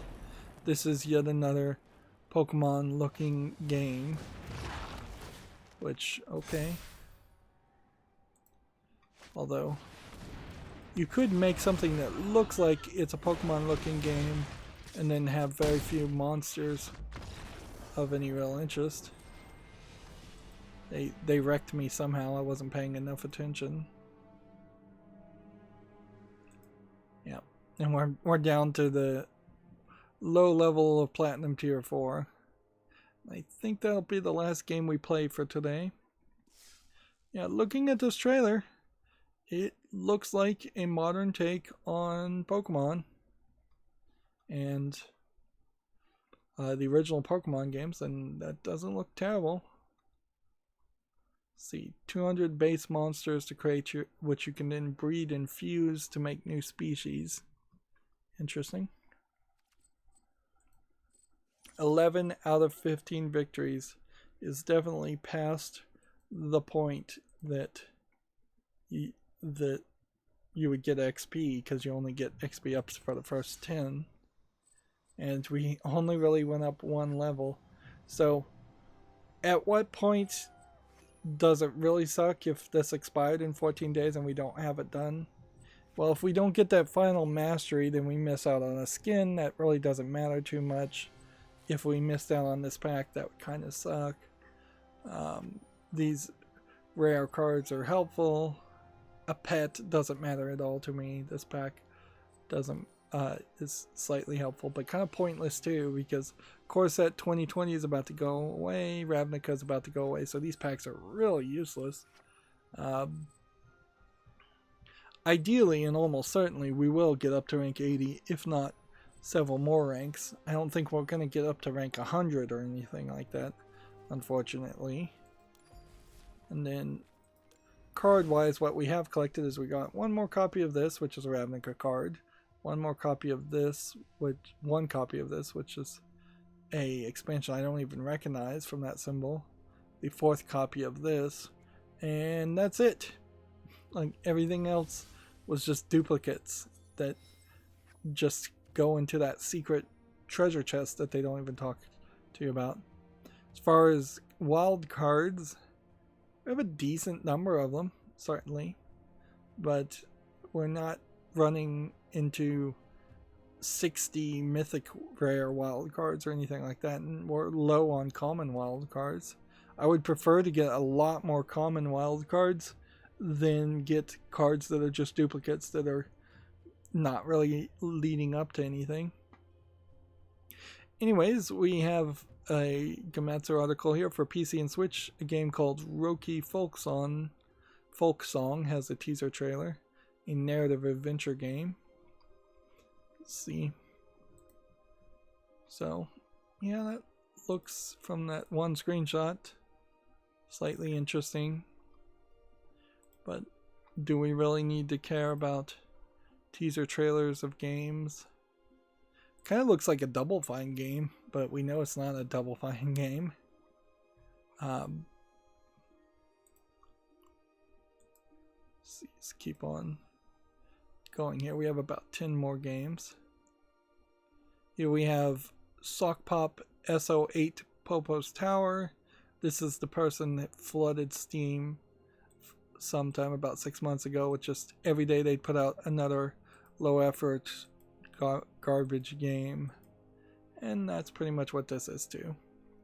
So what really sucks about Sock Pop Collective being the developer and publisher is that there's literally been nothing to stop them from flooding Steam with low effort games. Unless they were put on some kind of secret double probation and they were suspended from publishing any games for 6 months. It seems like they were able to every day list 2 or 3 games, and then they ran out of games to list for sale. And then now 6 months later, they've got some more low effort demo games to sell. Gematsu has an article. Grisaia Phantom Trigger Volume 3 is coming to Switch this summer, which we had already talked about Phantom Trigger 1 and 2. So, yeah. The problem with naming a series like that, volume numbers, and still have volumes coming out, is that most people won't know if you're ever going to get a complete series there. It may not really matter as visual novels. Maybe each individual game is a complete story, but it may, particularly when you call them volumes. That's a problem. That's why most games don't call them volumes, and instead call them like some side title, subtitle. Gematsu has an article here for the Switch. Hypersports R has been canceled. It's no longer in development. I recall vaguely seeing this a long time ago, but not super surprised that it got canceled. They probably were trying to have it come out during the 2020 Olympics, which you'd think that would mean they would have more time to work on it, but they probably realized they weren't getting anywhere either. Gematsu has an article here. A Hatsune Miku Project Diva Megamix news live stream is set for June 17th. So new announcements for that game, and Hatsune Miku, who never seems to quit as far as putting out more and more content. Here we have a game on Steam called Newton's Cradle puzzle game, which might be a little too simplistic as a single screen Unity puzzle game. I can say I don't know how this really would play at the first look of it, though, and it's $1.49. So I'll put it on the follow list, and we'll see if anybody actually reviews it. That will be the big question. Certainly is how many people really do review it. And I guess since we are in June, it has been 6 months since January. Since June is the 6th month. Playing the game 999 taught me that, because, yeah, they named the character June because her number was 6. She had a bracelet with a number 6 on it. So it would be about the time to do a fall list cleanup, but I probably will put it off until December. Or I might do it in the next couple of months and then decide to air that footage in December. Anyways, here we have a game called Rolling Arcade, and while these rolling pachinko games are slightly interesting in real world, they are absolutely completely uninteresting in virtual worlds, and they're only slightly interesting if you happen to be in an arcade and bored. It's 89 cents discounted. Yeah, it's not even good quality graphics.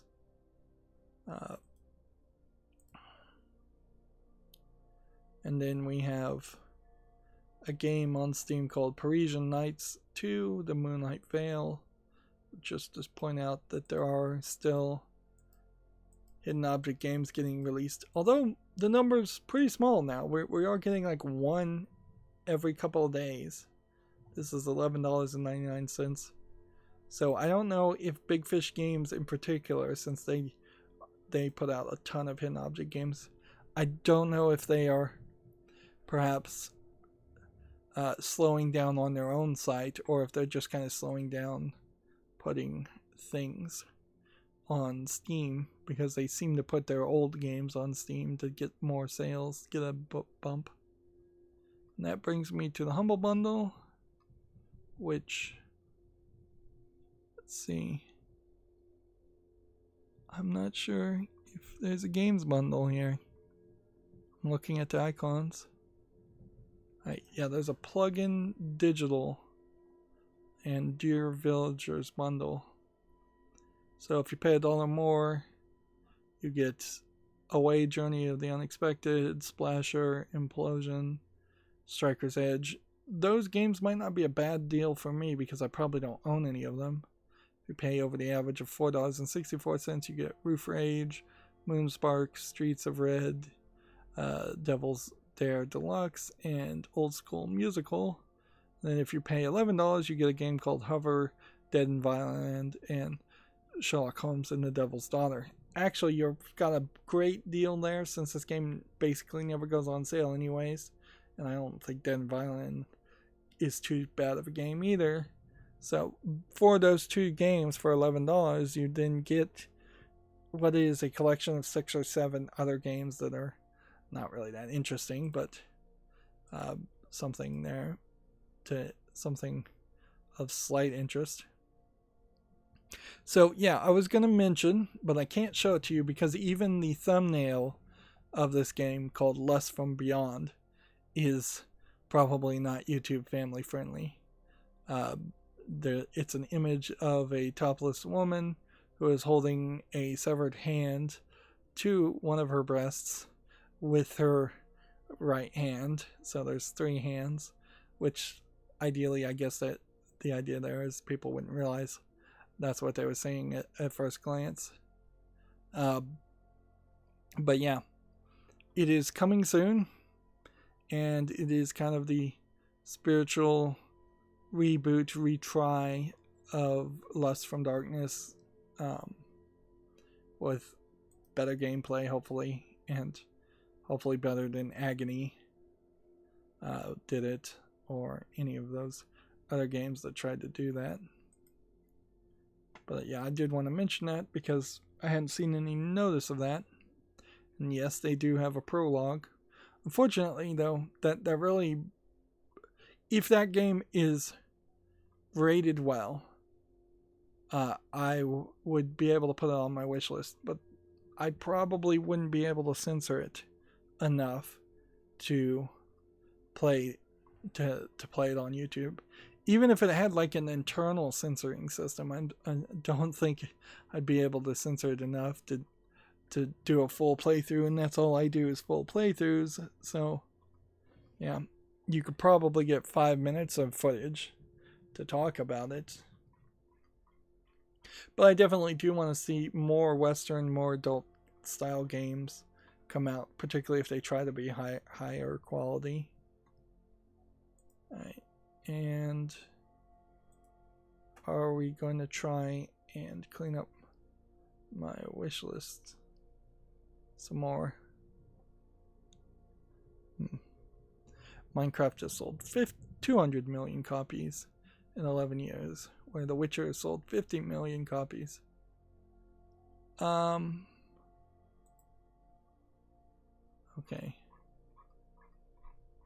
Yeah, I see what the problem was.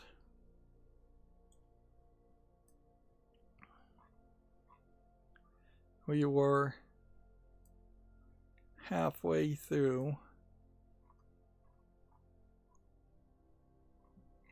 We had done the L's, so let's do one letter on the wish list and call it a day. Meanwhile, while that decides whether it wants to load images or not, let's go ahead and change our avatar. In 19 days. Is there anything we could do with any of these decks? Not really. And we can't look at the new cards.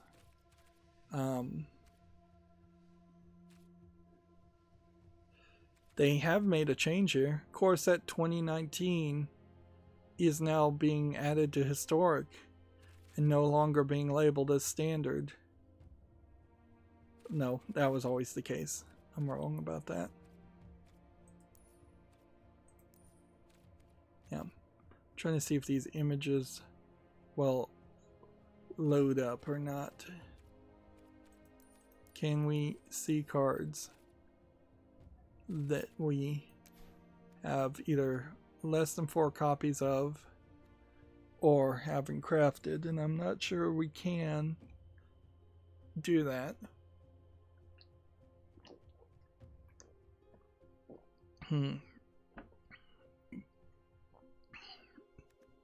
So, how many cards do we really have still to collect in total as far as Magic Arena? We probably are somewhere around 500 or 600 cards. Some of which will go into Historic and not be really necessary. Some of which will be redundant and not really necessary. And I'll probably never have a good system to know if something's redundant and not necessary.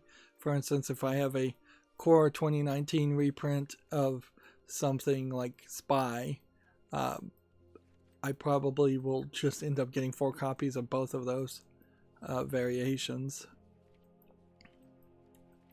But yeah, as far as the cards that we have gotten, the packs that we have opened and the expansions that we've dipped our toes into, this isn't a huge number of cards. Not really.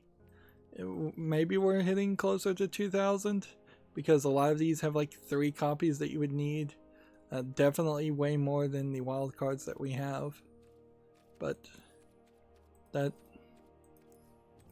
it's not terrible.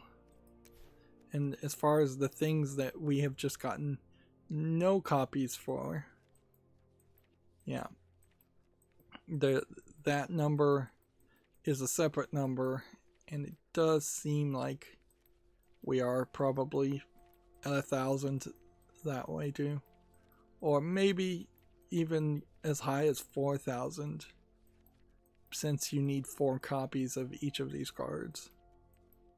It's not crazy though.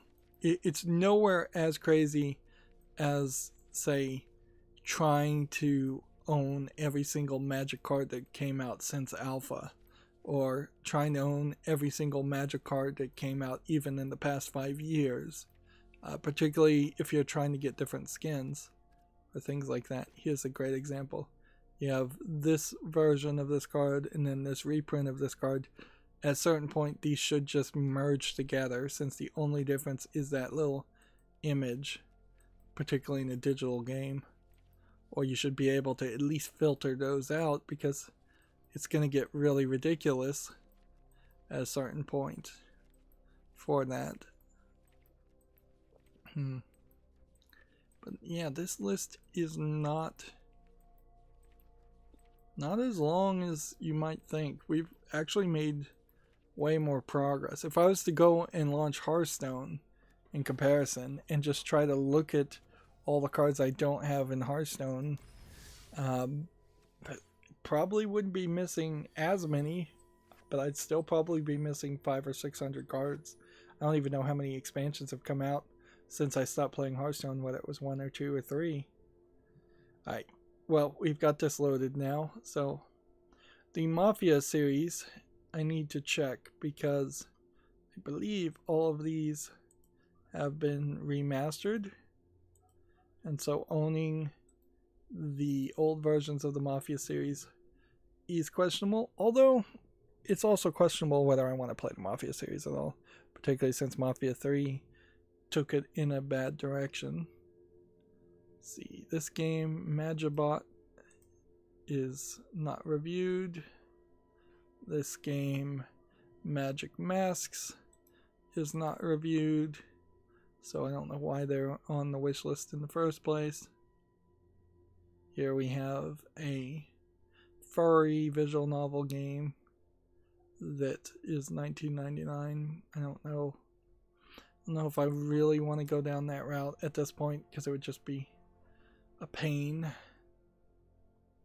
Here we have a Japanese visual novel game. I do want to play Manhunt even though it's mixed. I kind of would like it to be remastered and not have some problems. This game, Mansions of Madness, it's very positive. That's a card game. Let's see. Monken Forest and Forest Girl. Mary Skelter Nightmares. Was that Massachusetts? Looks like a weird horror game. Masquerade Songs of Shadows. Mass Effect 2. There's a question. Do I want to play Mass Effect as a series? Or is it just not relevant anymore? Masters of Amina. Matahari. I want to play it. Unfortunately, it is mixed. Maul, Mallard, and Cold Shadow. I probably should buy this game just in case it disappears again. Max and the Magic Marker. The Max Payne series. I can see playing all those. All three of them are rated very positively. Max and the Curse of Brotherhood.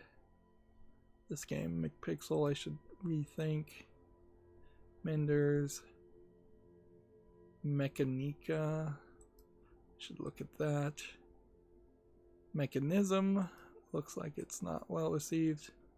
Mega Man games. Again, things I'd like to own, some of which are mixed, most of which are positive. Again, I don't know if I'd actually play all the Mega Man games.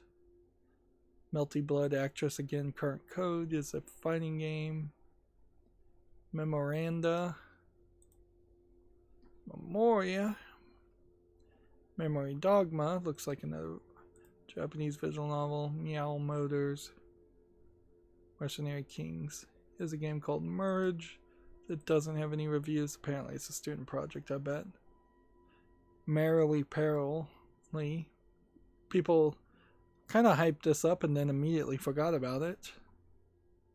Message Quest. Messiah. This has some weird relevancy, but I definitely wouldn't want to pay $14.99. The Metal Gear series.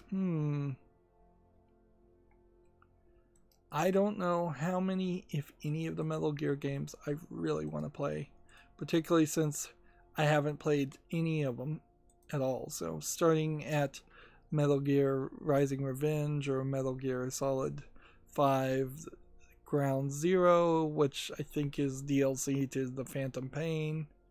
That's questionable. The Metal Slug series, I'd be willing to play that, or at least own it. The Metro 2033 game versus Metro Light. We have Metropolis Lux Obscura. I think this is probably an adult game. Here we have something that looks like a Japanese visual novel. Microsoft Flight Simulator 10 Steam Edition. I think it's down to a much more reasonable price now. Middle-earth Shadow War. There's something I should buy, but not at $50. Let's see. Midnight Mysteries. We should figure out if these are hidden object games or if these are adventure games. Let's see. Midwinter, Mighty Gunvolt, Mighty Number 9. Is it relevant to play Mighty Number 9 just to say it's a crappy game? I don't think so. My Switch Force games. I may not need actually to buy Academy if you buy the collection, and maybe the same is true for Hyperdrive Edition. So I should double check to make sure those are all separate games. Minoria, Mirror Maker, the adult game. It's always been real cheap, so I don't know if I could actually play it without censoring it too much. Or though, here we have something called Missed Messages, which is like a student project. Murder Most Misfortunate, Mobius Final Fantasy, like Mobius Empire Rising. Let's see, Mon Mushu, that might be an adult game. Monster Boy in the Cursed Kingdom, Monster Hunter World. Yeah, I'd love to play that, although I would have to be careful not to spend too much time on it. Monster Hunting for Love, Monsters Love You, two different monster dating games, Monster Mon Piece, and Monster Prom. Wow, several monster dating games. Monsters Ate My Birthday Cake, Monstrum, Moon Hunters. Moonlight Mansion is mixed, so we should evaluate that. Moonlighter. I think this system kind of works fairly well to just say, yeah, I'm going to go look at these games and spend more time off screen on these games. But it almost certainly also is part of the reason why I am not specifically recording anything else off screen, is because I am spending this extra time. I wanted to play Moss at some point. Well, I want to play a lot of these. Mountain Blade. I need to double check to make sure that's a single player game worth playing. Mount Your Friends 3D.